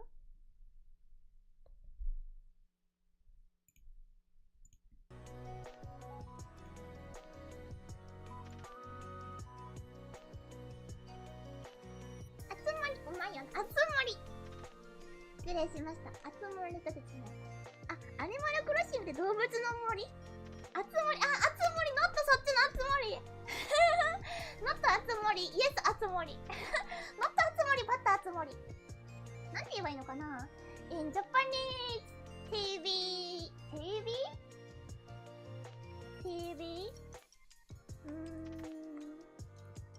exciting is 盛り上がっているなんだよね。exciting 盛り上がるで盛り Station Houston Space Ground 2 for 熱はなんだろうね。 FAI time. 熱い激熱エキサイティングこっちもエキサイティングだな。ヒーっていうなんだろう。Shall we have been able to extend out the latest FAI time for this opportunity to 0042, which is about 37 minutes from now. We do expect that the India system is going to be in a good config prior to that. So we will be coming to you a little bit before we initiate the approach, but we do expect to make this window. Okay, that sounds great. So FAI time just shot to 0042. So within 37 minutes, we can expect to start approach.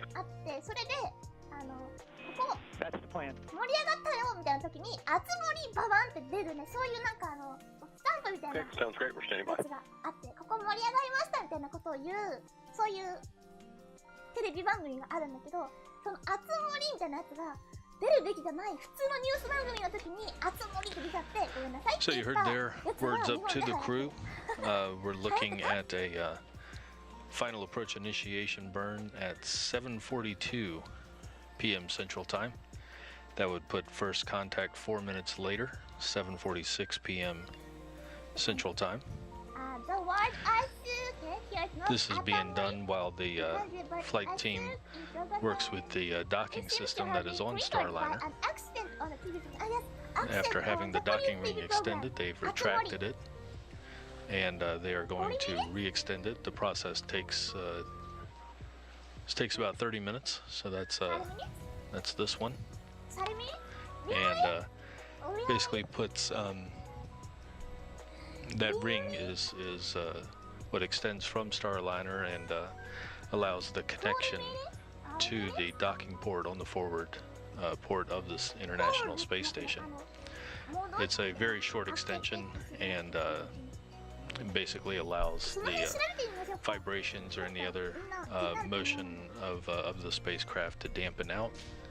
Then it retracts. It's kind of a set of springs and shock absorbers. It retracts and allows the Starliner to complete its connecting process with the International Space Station. So again, we're looking at a final approach initiation burn at 7:42 p.m. Central Time, docking 4 minutes later at 7:46 p.m. At this point, Starliner continues to hover at the point where it's about 10 meters from the International Space Station. It is inside the approach corridor where it's supposed to be. And you can see from some of the graphics there that the small thrusters on Starliner are making little maintenance burns, just little pulses to keep Starliner in position at that 10-meter hold point.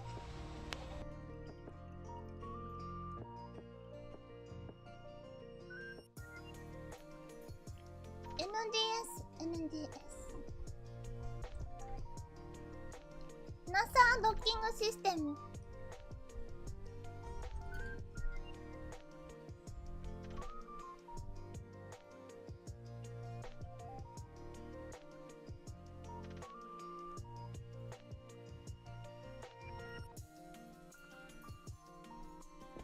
NASA ドッキングシステム。NASA ドッキングシステム。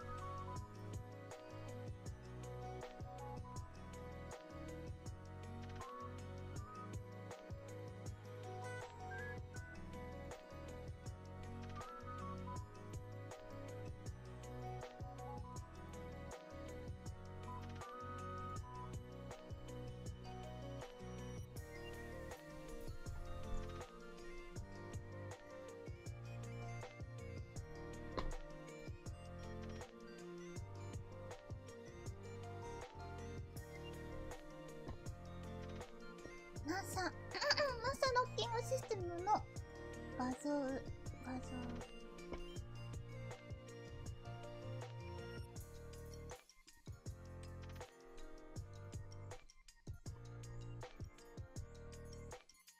ウィキペディアでもいいかな。PMA2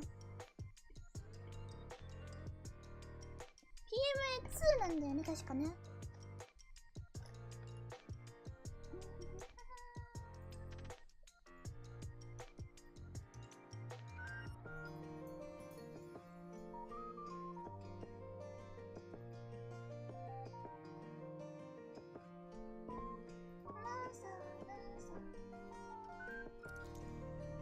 お腹すいた。I'm hungry.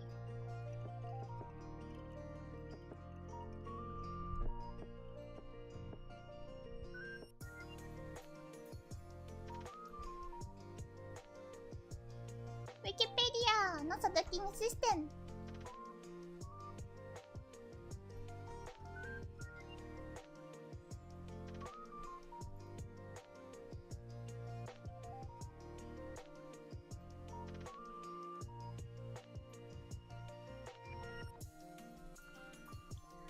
Time to breakfast. お腹すいた。ちょっと待って、お腹すいた。飲み物飲んでくる。お腹すいたのようなの。 Getting a look at the Starliner flight director Ed Van Cise to his right. is the Starliner Capcoms. They're here to learn about the processes and understand the decision making that's happening in this room, so they can relay it to future crews on board Starliner. You have Neil Nagata there, as well as Butch Wilmore, who will be inside the Starliner vehicle for the crewed flight test. To Van Sice's left is Pooja Jasrani, another flight director here, also monitoring Starliner systems. Teams here, they are actively discussing some of the next steps and making sure that we're good to go. We're targeting the end of this docking window opportunity. So the final approach initiation burn we're currently targeting is 7:42 p.m. Central Time. That'll push us in for a docking a few minutes later.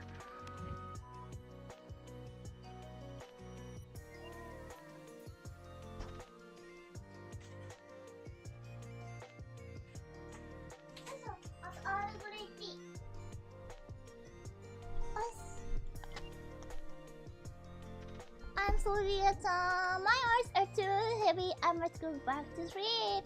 Sorry. Thank you.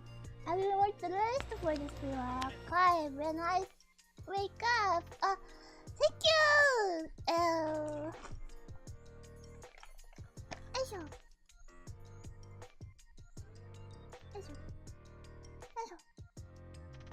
What the Cat-chan?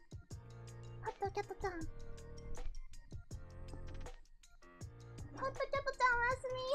ごめんね。最後まで放送したいのでリアはこのまま続けます。ごめんね。ちょっと飲むわ。アールグレイ持ってきたんで。や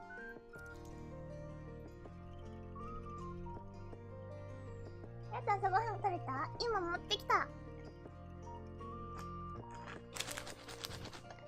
シリアル。シリアス。Serious?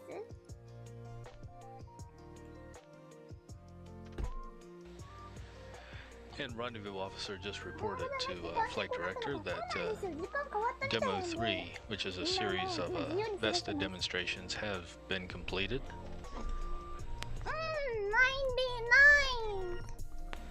99! So while Starliner holds here at the 10-meter point, the sensors on the nose of Starliner have done exactly what they're supposed to do. There's actually the Demo 3 is there's a four-part series of readings and demonstrations that Vesta has taken part in, going all the way back to what's the name of the series? To the TPI burn, which is the terminal phase initiation. And more at the inbound fly around and completing it just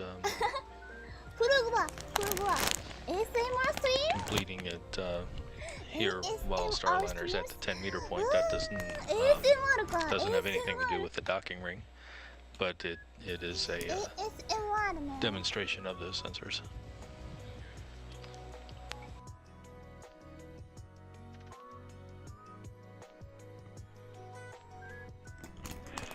Station Houston, Space Ground 2 for Starliner status.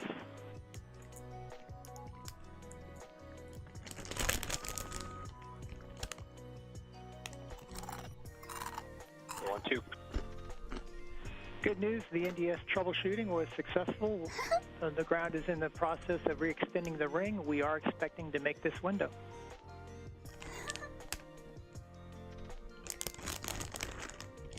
All right, that's great news. We're standing by.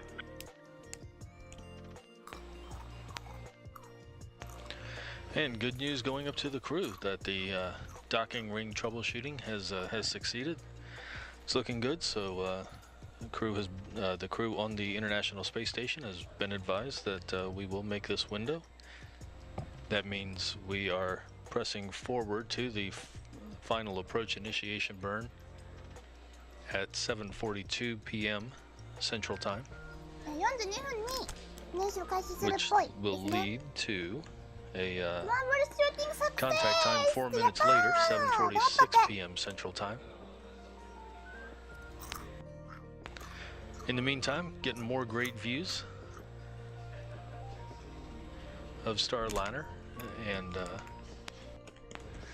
as it hovers there just away from the International Space Station.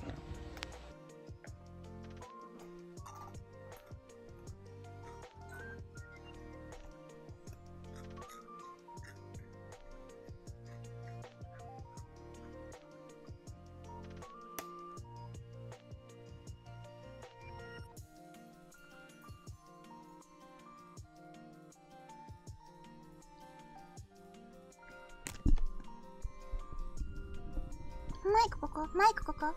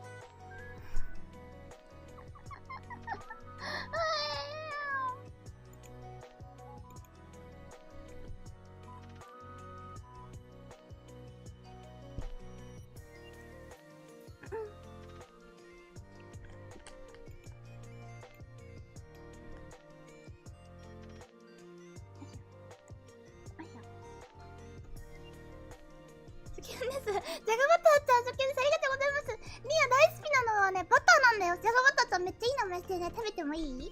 こんにちは。来てくれてありがとうございます。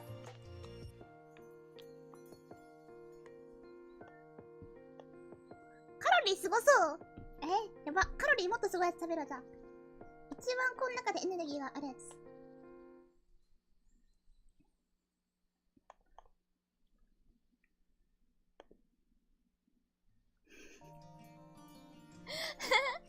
初見で食べられるの？いや、だってバターの名の付くものはリアの餌食になるしか。バター大好きなんですよ。裏マークバターなんですよね。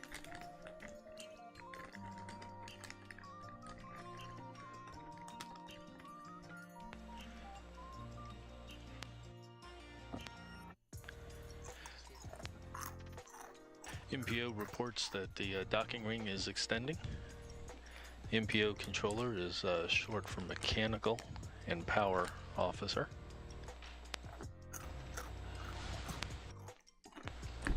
So she is reporting that the docking ring is extended, and then that's gonna otherwise keep us in position for a final approach initiation burn again. Our schedule is for 7:42 p.m. Central Time. Starliner, in the meantime, is at 10 meters away from the forward port of the International Space Station.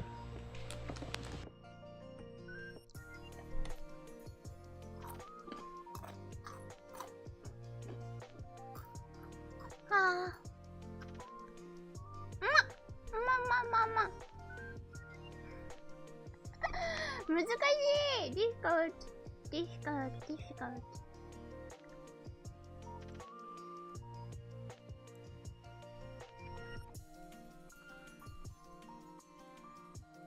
日食日食ですね。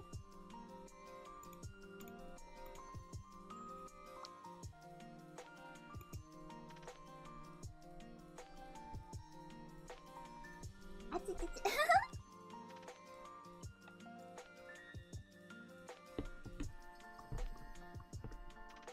これがいいな。これでしよう。これでしよう、次。これ違う。こっちだ。間違った。このスナックにします。MPO reports that the ring has been extended and is ready for capture.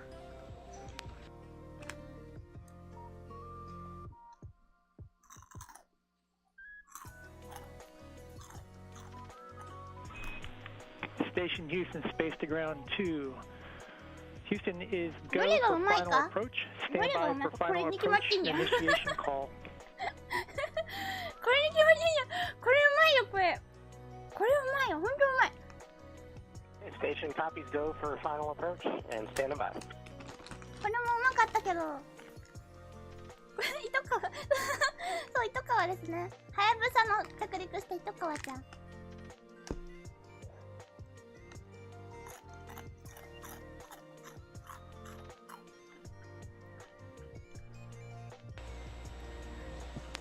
And you heard there the crew being advised that the teams are go for final approach. ファイナルアプローチ5出ましたって。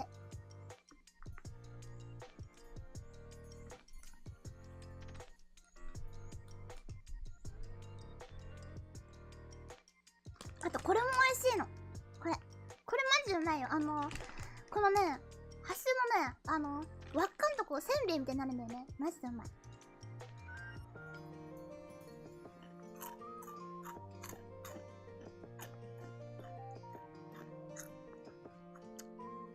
うまっ。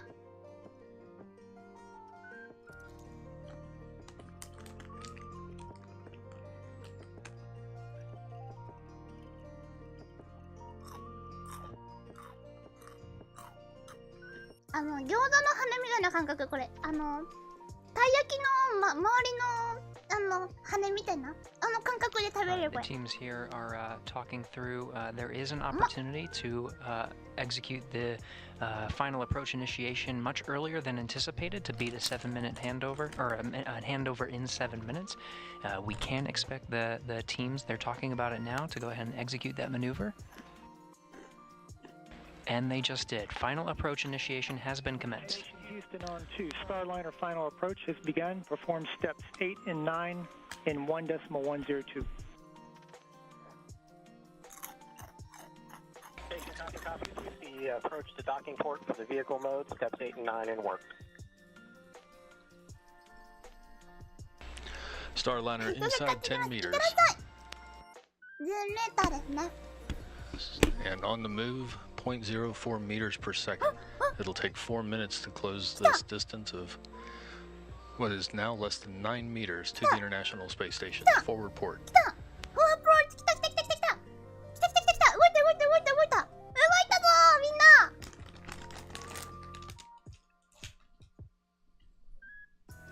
来たー！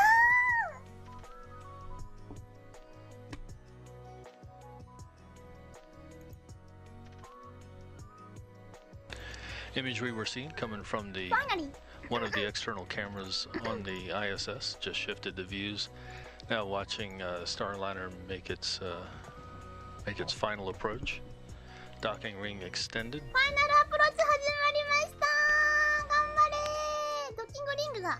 お、見えますね。 7 見え meters ますね。 away from the forward port. 7メーター。頑張れー。頑張れー。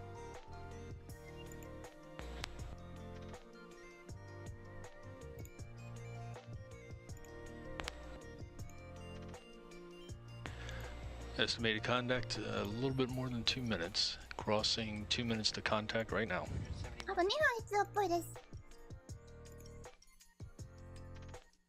頑張れ頑張れ頑張れ頑張れ。めっちゃ近い。マジが Starliner 近い。 continuing to close in on the International Space Station at a distance of 5.3 meters, closing in at 0.05 meters per second, alternating views between the International Space Station and the Starliner すごいね。なんか sensors themselves as they close in on the forward port of the Harmony module. Starliner looking to connect to the international docking adapter there at the ドッキングだったみたい forward な end ね。 of それとも Harmony. なんか Docking ring extended. You can see some of the めっちゃ見えますね。 separation coming in う with わ that ー、 inner 近 ring. い近い。 Those 3 pedals will パドル、3つのパドル見える。ここに爪みたいなのが見 inside え 4 ますね。 meters. ガチ恋距離じゃん。う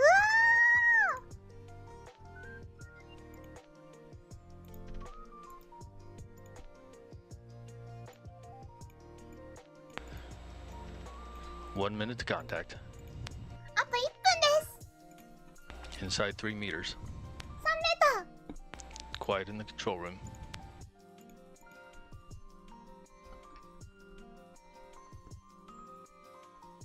Starliner continuing to close in.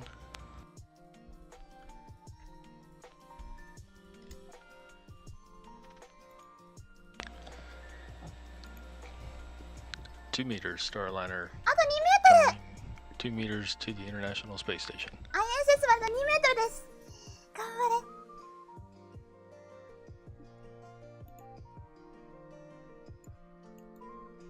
こっちにいよう。 1 meter to docking. Less あと than 1メートル。 20 seconds. あと1メートルドッキング頑張れ。Press to dock. 頑張れ。頑張れ。頑張れ。ついに。ついに。スターライナーが初めて。 Contact. Capture.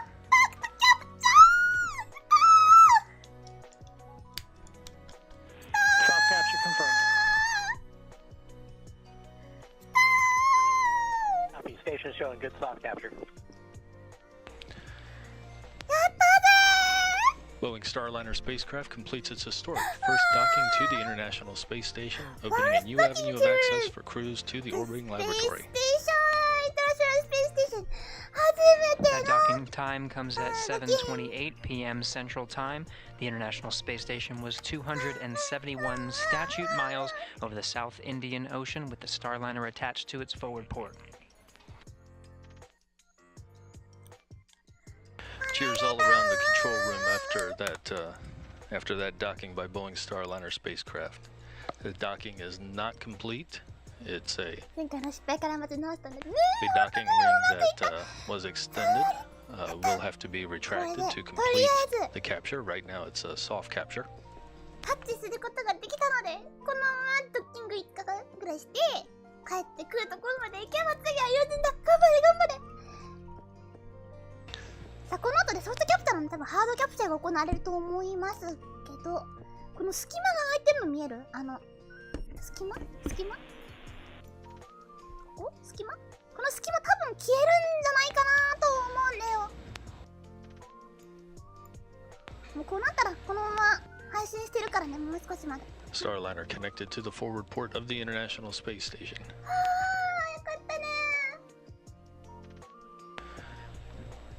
Flight controllers working through their methodical approach to complete the docking, to complete all the connections between the Starliner and the International Space Station's forward port. よ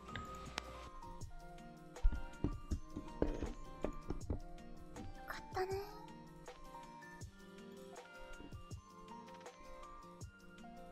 104にありがとうございます。あ、グッドも100になる。もう少しで。もう少しで。ちょっと目を離した隙に。ああ、惜しかった。いやいや、大丈夫。まだまだハードキャプチャーが終わってない。大丈夫。完了なの。あとはもう少しですね。今ちょっとこう当たっただけなんで。Station uses space to ground 2 その後 for nose ガッ 2 チャン hatches. にしてフックかけて逃げられないようにして逃げられないようにガチャン You と are して go ちゃん to と open the 全 port 部 and つなが starboard ったら hatches. その後リークチェックみたいな感じでして Copies. We are go to open port and starboard ちゃん hatches. と取れてる 2. かチェックします。グッド100もいただいてて、あ、本当ありがとうございます。つどずきちゃん、グッド100名ありがとう。あなたが100番目のお客様です。逃げられないようには草間はそうだけど、逃げられないようにじゃないの？なんかちょっとリア的にそんな気持ちだったんですけど、そういう Again, that's a soft capture at 7:28 p.m. They still have to retract the ring and pull the spacecraft into the International Space Station for a sequence for a hard dock. We'll stand by for that. In the meantime, the crew on the inside of the space station has closed the hatches to the Japanese module and the European module. They'll go ahead and open those that needed to be closed as a flight requirement for the docking phase. So they'll open those up while we wait for the sequence to proceed through hard docking. 一番近いカメラからの映像がなくなったんですけど、一番近いカメラ見たいんですけどね。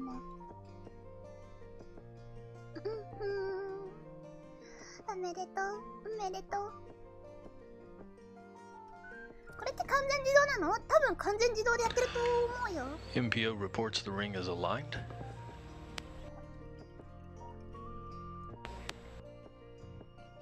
さっき40分って言ってたけど解決したらドッキングしちゃうのねってまあそうだね。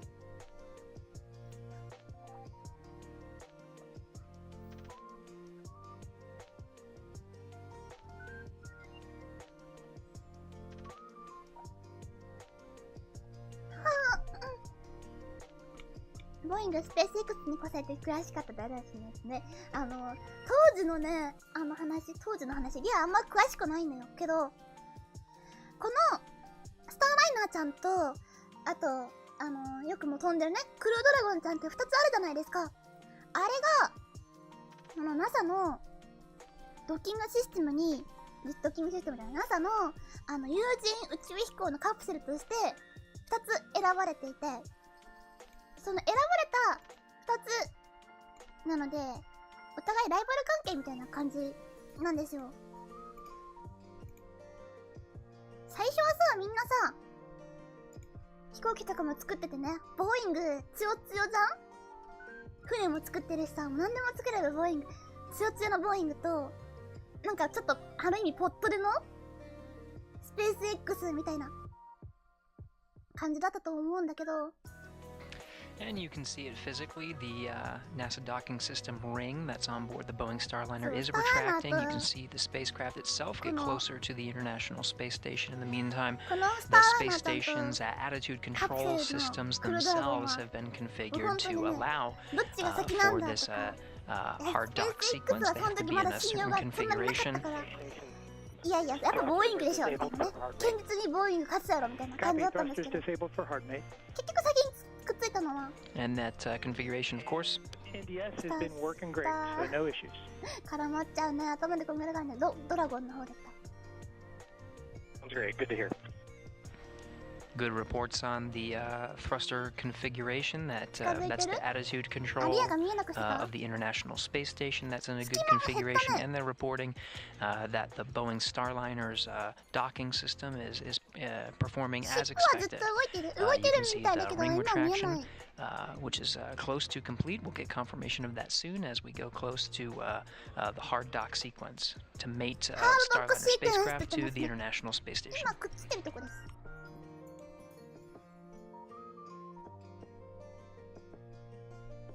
いけたかな？ハードドッキングいけたかな？さっきと比べるとこんな感じ。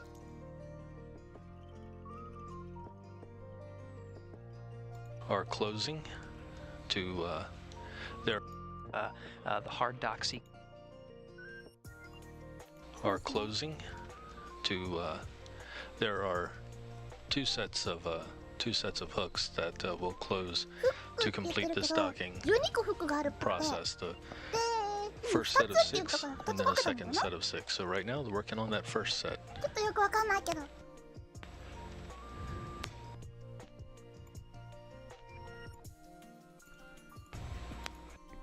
Once those hooks are connected, there's a couple of umbilicals reaching from Starliner that will connect to the International Space Station. Those will be data and electrical transmission. 大会だもんね。つくばで頑張ってください。いってらっしゃい。頑張れ頑張れ。機械検査これから？まだ？いってら。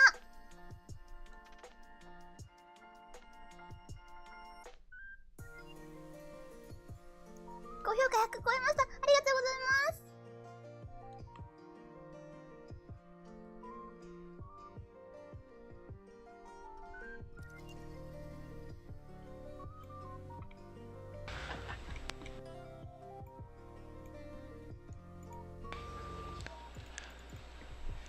All 6 hooks on Gang 1 are closed.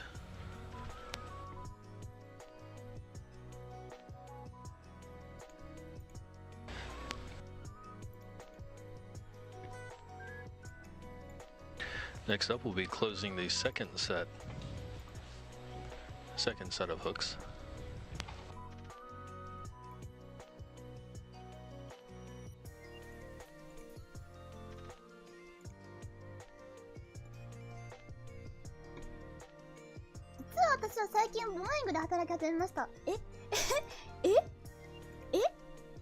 シルバーベストマジでマジですごい。ボーイングで働いてんの？やば。これと関係あるところ？でもこれと関係あった？今見えてない？すごい。体検査合格した。いってらっしゃい、頑張ってね。すごい人出た。ね、ほんとだよ、びっくり。マジですごーい。And Starliner 93人を見てるのに、リアからあれが、多分きっと見えない人がいるんだと思うんだけど、何人海外に着替えて、何人日本に着替えるのかすごく気になる。 controllers and those in the viewing room behind us cheered that historic first. And over in the ISS flight control room, there was a audience at least as interested in everything that's been happening today. And for that perspective, over to Leah Cheshire. Thanks, Steve. That's right. Everyone here is pretty happy to see the Boeing Starliner arrive at the International Space Station, docking to that node to Harmony Port. And this is the first time that we have both commercial crew partners docked to the International Space Station at the same time. So a really cool sight to have both Crew Dragon and Starliner there. So teams are continuing to monitor as those hooks drive to firmly secure Starliner to the space station, and it takes about 10 minutes for that hard mate to be secured. Now, the solar arrays on the International Space Station side will be maneuvered back to their previous configuration after having been feathered, which means they are oriented and protecting them from any inadvertent impacts from the vehicle, like the thruster firings that we saw and during that hold and as it approached the vehicle. Later on, they will pressurize the vestibule, which is the space between the station hatch, which was exposed to space previously, and Starliner's hatch. But now that Starliner has arrived, the crew has to wait until tomorrow for hatch opening, but you can watch live starting at 11:30 a.m. Eastern Time.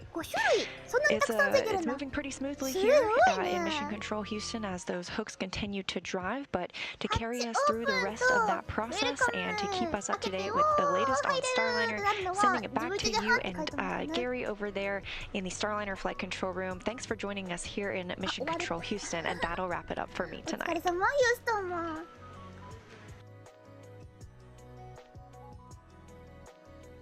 Alright, thank you, Leah.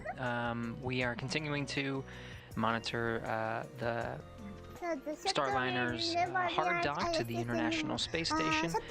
Good report from the space station side, going back to nominal attitude control. Of course, there are 6 hooks that are keeping the Starliner secured to the International Space Station right now. To complete a hard capture, there has to be a second, what's called a gang of hooks, so that's another 6.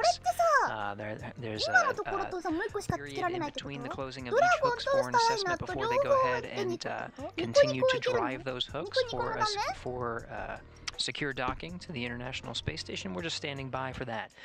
But a recap, we did have 7:28 was the contact and soft capture time, where the Starliner spacecraft made contact with the International Space Station. At the time, the station and Starliner were traveling 271 statute miles over the South Indian Ocean, just south off the coast of Australia.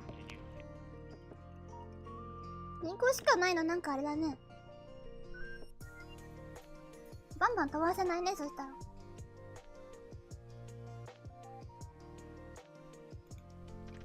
みんなお疲れ様でした。こんなたくさん見に来てくれて嬉しかったよ。ちゃんと合体するとこまで見れましたね。こっちに行った方がいいわ。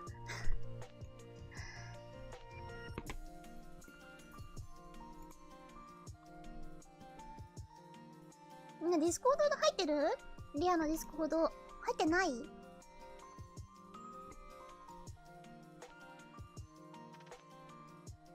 マスは CGM で結合するのに同時に CBM で結合するのに同時に存在できる。CBM って何の略だっけ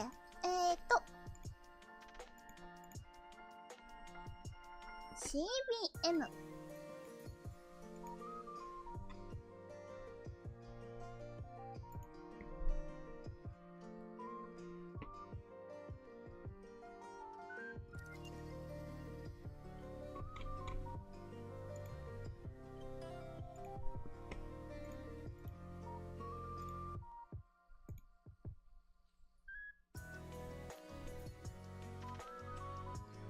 とね、余裕があればね、これやりたいなと思ったんだけど、できなかったんだよね。ちょっと今度これやろう。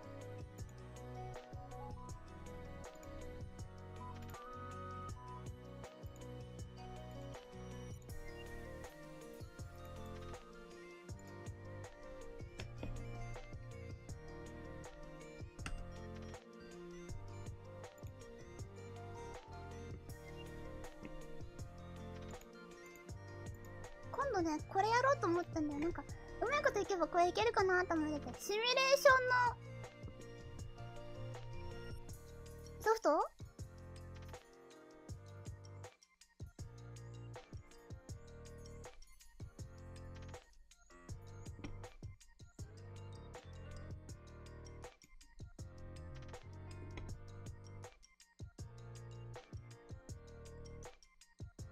こういうやつ選んで、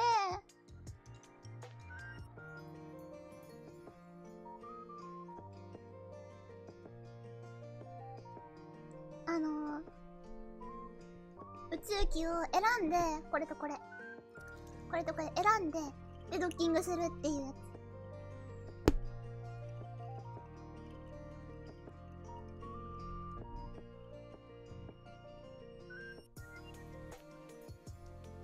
でね、シミュレーションみたいなのがあるんだけどね。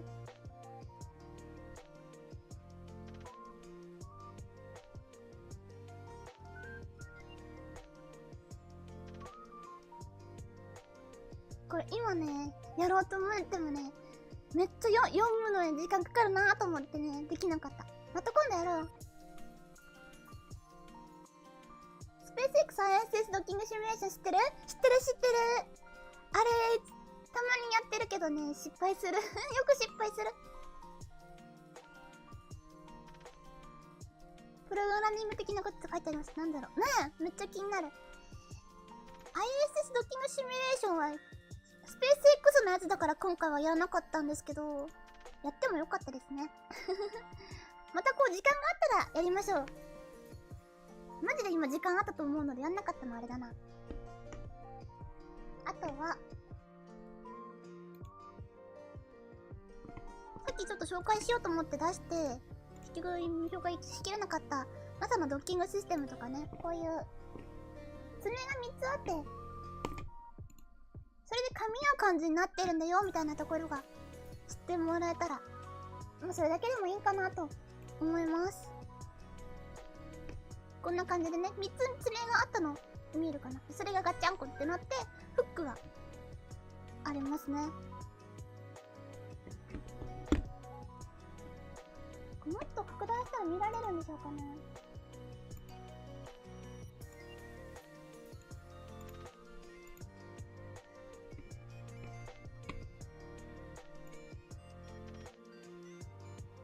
いろいろ書いてる。ガイドピンの穴とか。ここにガイドピンを置きなさい。ここにセンサーを置きなさい。三軸のセンサー。ガイドピンを置きなさい。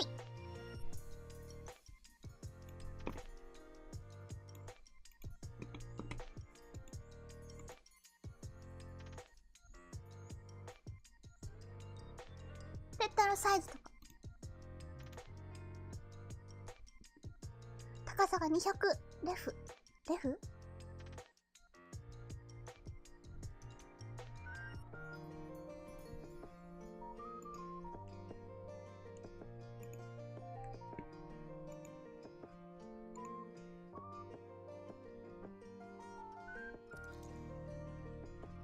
885ミンって書いてある。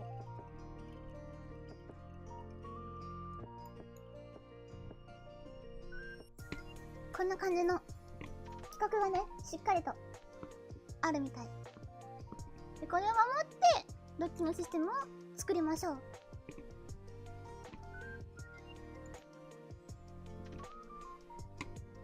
おし、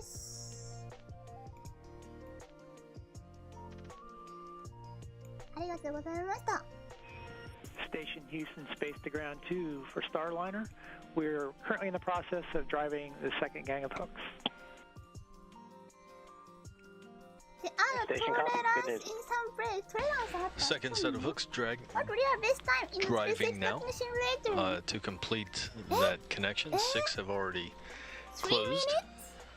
6 more. ぐらいだったかな ?3 分できたことあった気がする。5分 6ぐらい more かかったか moving な into position 5 now. minutes くらいですかね。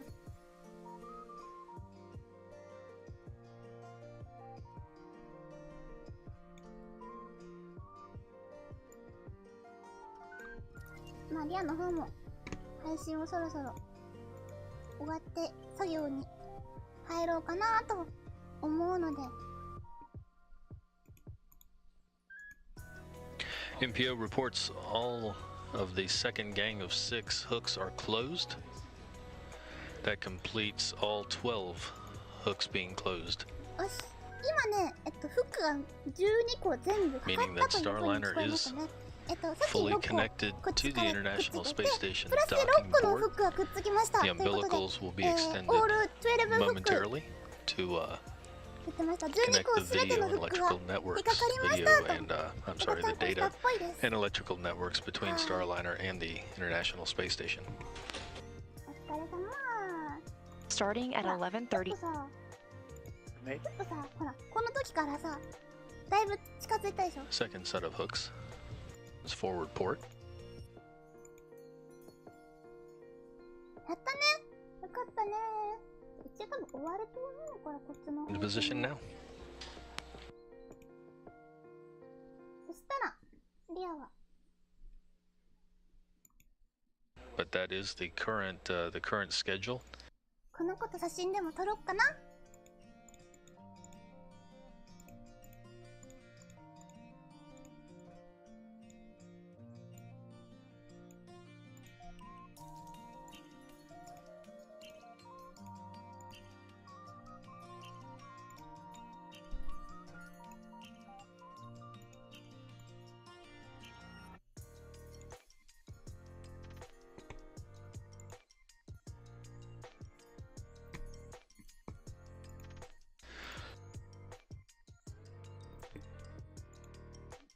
Details, of course, you can make out.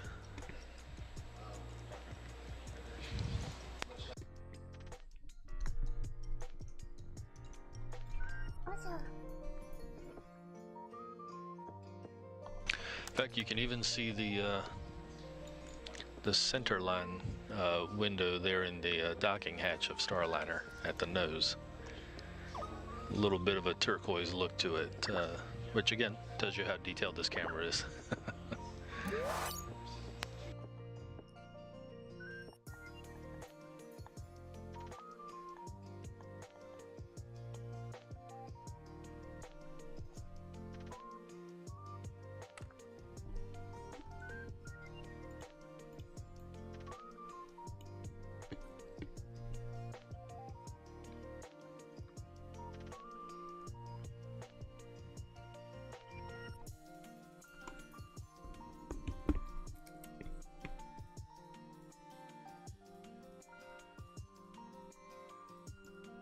With you on two. Hey, Jessica, we estimate you have about 45 minutes left of CST pre-pack. The good news is we are going to schedule you a block tomorrow to finish that up so you can enjoy the rest of the rendezvous and dock.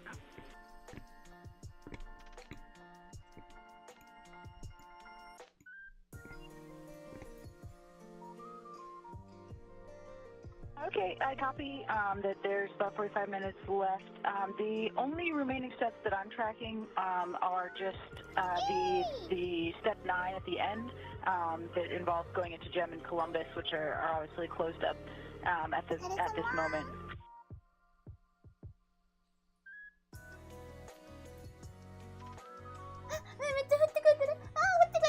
Okay, that is good info. Thank you, Jessica. かわいい。めっちゃかわいいじゃん。かわいいよね。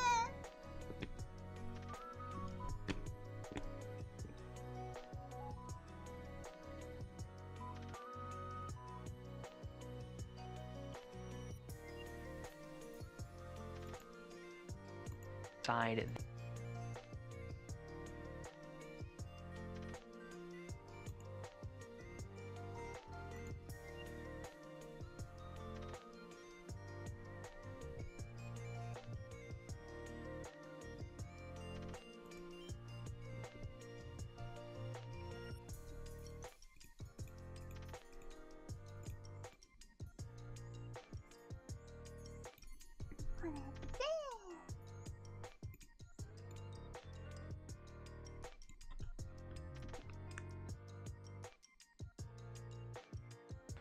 All right, the teams here are talking through. There is an opopportunity to execute the final approach initiation much earlier than anticipated to beat a 7-minute handover, or a handover in 7 minutes.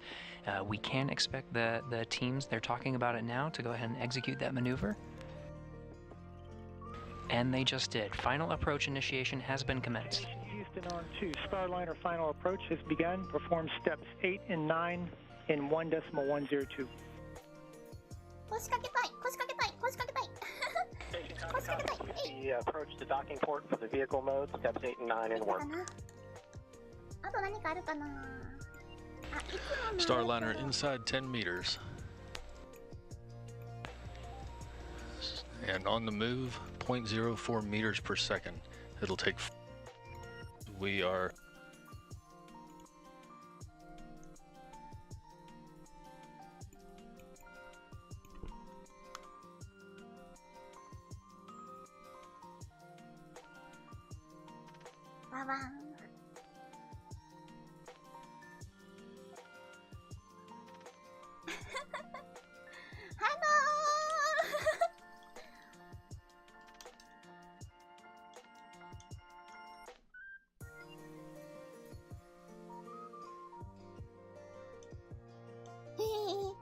箱に入れましたよ。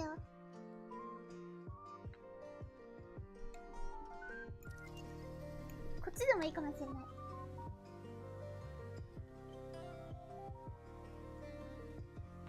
All right, the teams here are talking through. There is an opportunity to execute the final approach initiation much earlier than anticipated to beat a 7-minute handover, or a handover in 7 minutes. We can expect the teams, they're talking about it now, to go ahead and execute that maneuver. And they just did. Final approach initiation has been commenced. Houston on 2. Starliner final approach has begun. Perform steps 8 and 9 in 1.102. Copy. We see approach to docking port for the vehicle mode, steps 8 and 9 in work.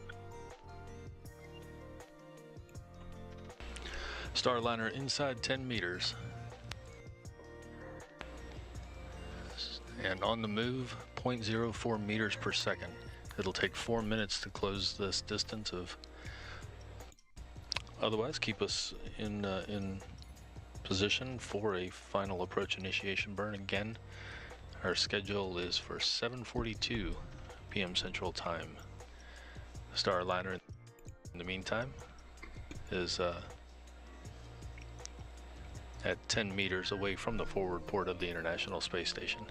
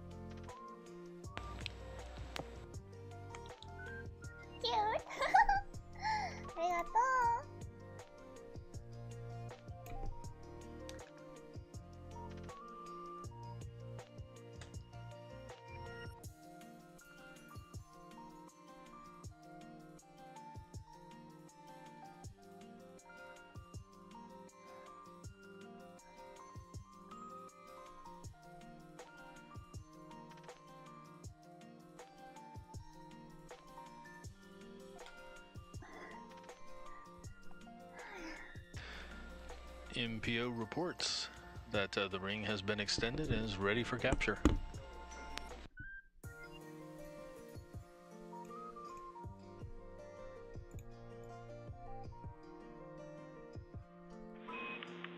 Station Houston, space to ground 2. Houston is go for final approach. Stand by for final approach initiation call.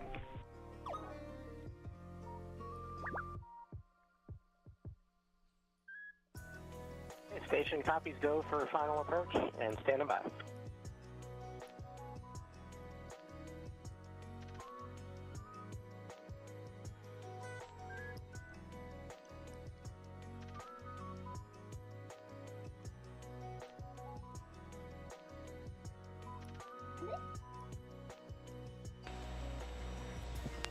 And you heard there the crew being advised that the teams are go for final approach.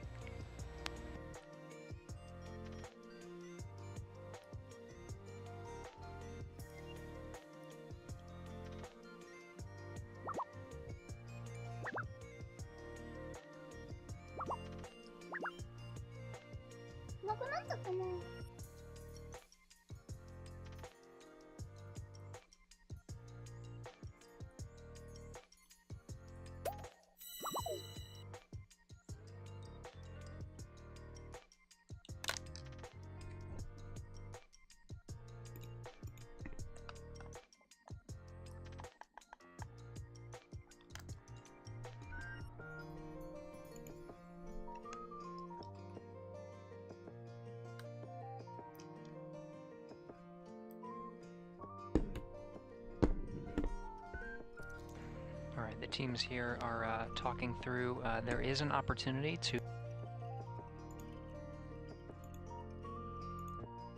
Houston.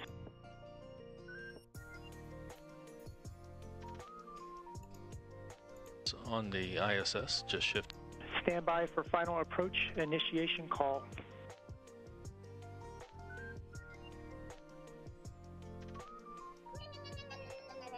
Station copies go for final approach and standing by.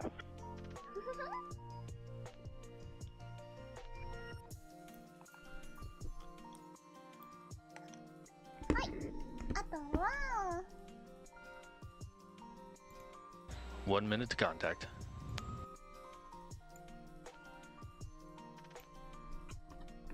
こうとか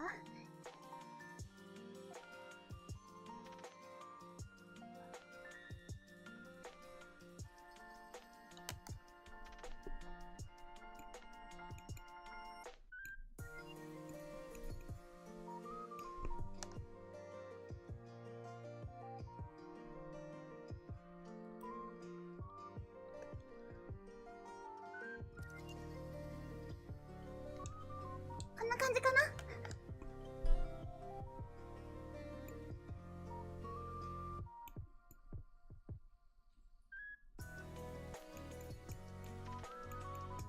等身大で並びたい。イエーイ。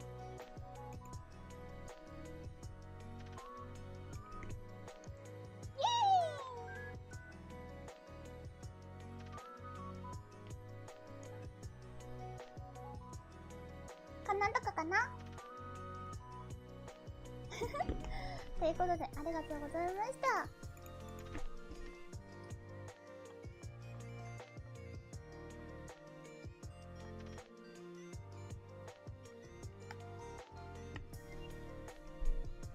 マックスキュールありがとう。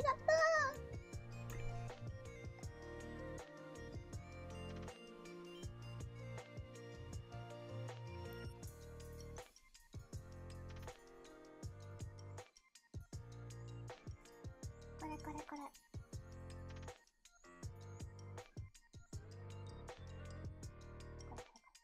これとね、これとね、一緒。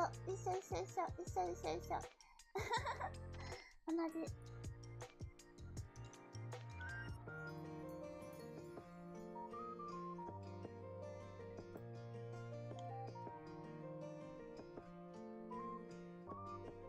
はい、ということで、うまくドッキングまで行ったみたいでよかったです。また、この子の、8オープンは多分、もうしんどいから多分やんないと思うけど、分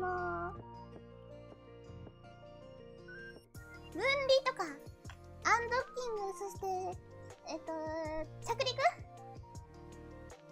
ホワイトサンドに着陸するところとか、一緒に見れたらいいなって思います。また、リアの配信見に来てください。次の打ち上げ配信は、なんだっけ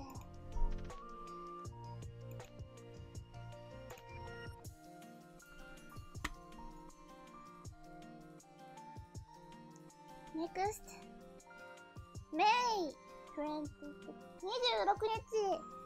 の夜中3時の、ファルコン9トランスポーター5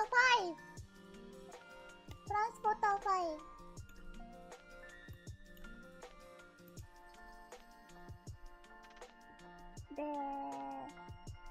ですかね。はい。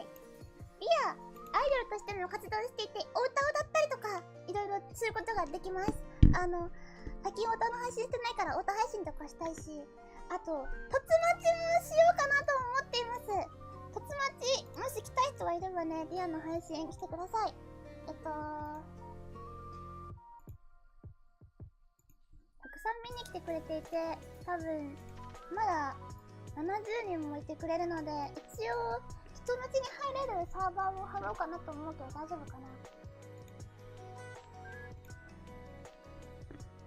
もし、ちょっと変な人がいたら、蹴りますが、マイディスコードファンサーバーがありますので、もしよかったらその辺で、情報交換とかしてみてください。どうやってこんなね、B ボールドッキングできるのか不思議だ。すごいよね。画像解析みたいなのピピピってしてましたね。真ん中の軸を捉えたっていう風にも言ってましたし、なんかしっかり出す、ターゲットマーカーみたいなのがあって、それを見て、ここだって、ここだってあなたに、ここだねーって言いに行くんだと思いますよ。尻尾振りながら。ス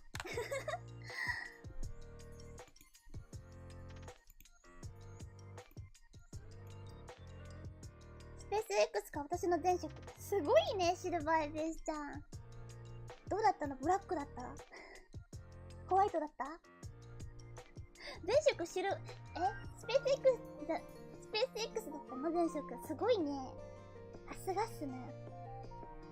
今ボーイングなの？すごいな。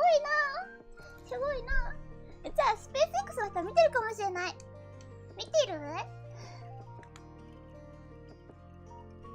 怖くないよ。怖くなかった？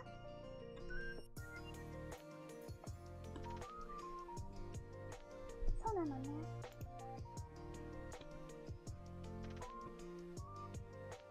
なるほどね。すごく楽しい。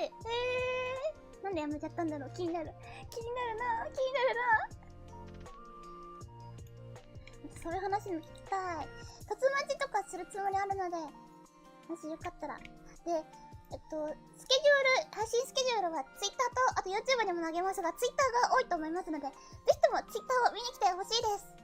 それから、最近の夢中ニュースすごく多くて、キャップストーンが、今日はフルドレスウェットリハーサル終わったりとか、あれですね、キャップストーンじゃなくて、エレクトロンのウェットリハーサルが終わったりとか、あとは次の日本の S520、2つ打ち上げが決まったりと、いろいろ忙しいので、皆さん、ついてきてくださいね。いっぱいツイッターでつぶやこうと思いますので、よろしくお願いします。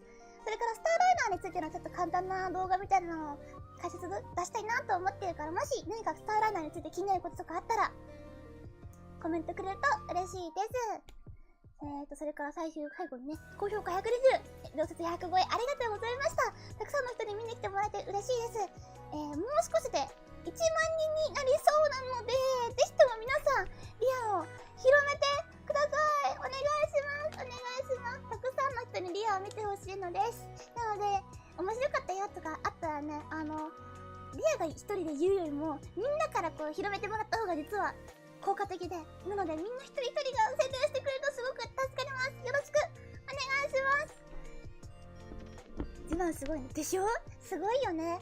もっとね、ロケットの動画とか出して、もっともっとリアのクリア数段を広げていきたいなと思っているから、もっともっと頑張るから、これからもよろしくお願いします。それからあとは7月7日に誕生日です。以上。楽しみにしてます。リオはとても。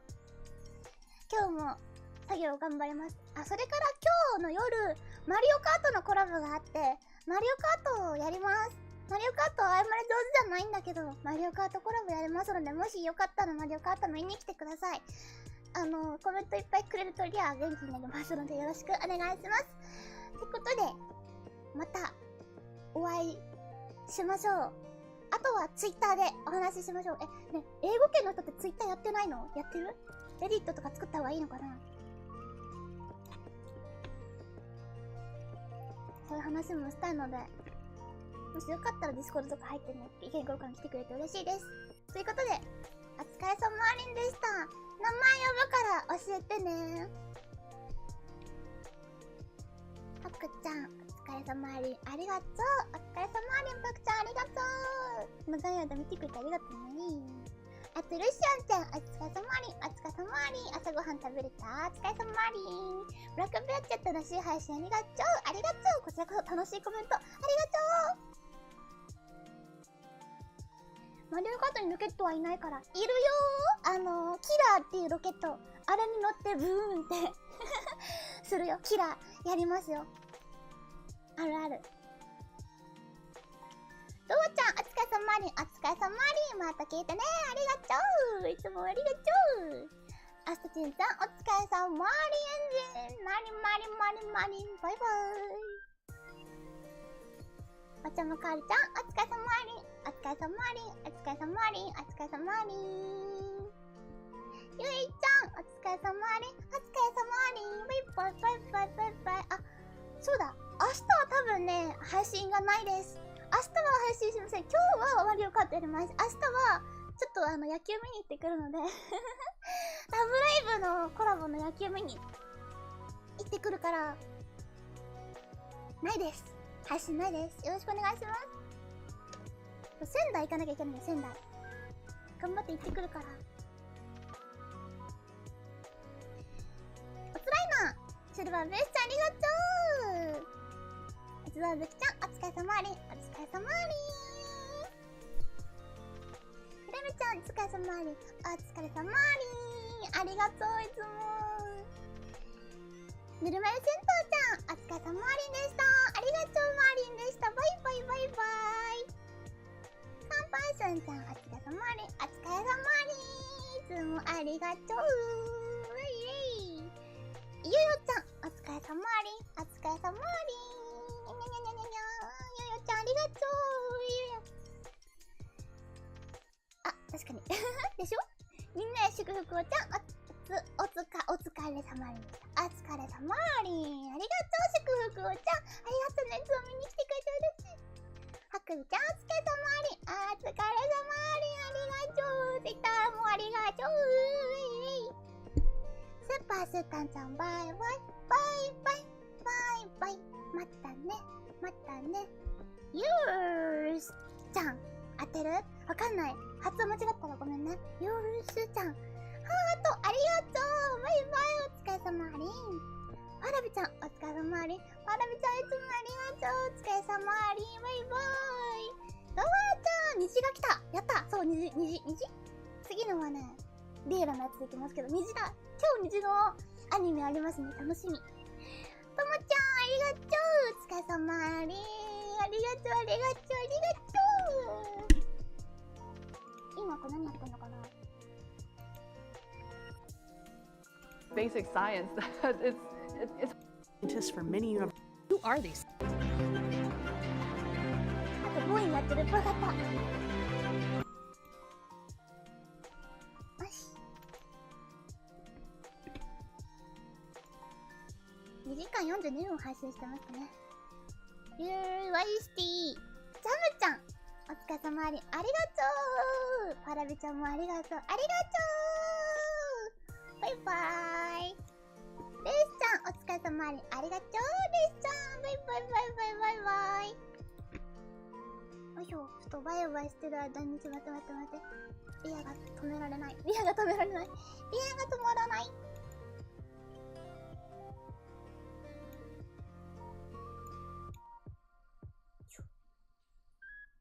頑張ったね。スターライティア、頑張ったね、スターライティア頑張った。あとは帰ってくるだけだ。頑張れ。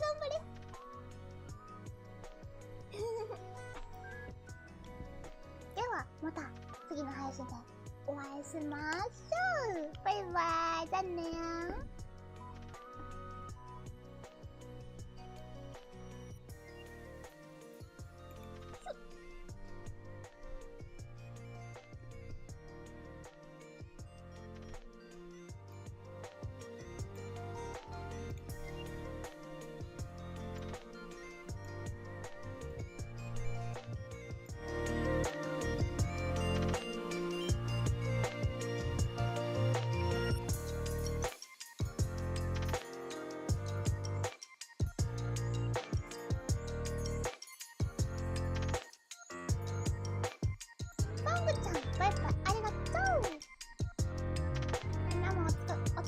遅くまでなんかめっちゃ長かっ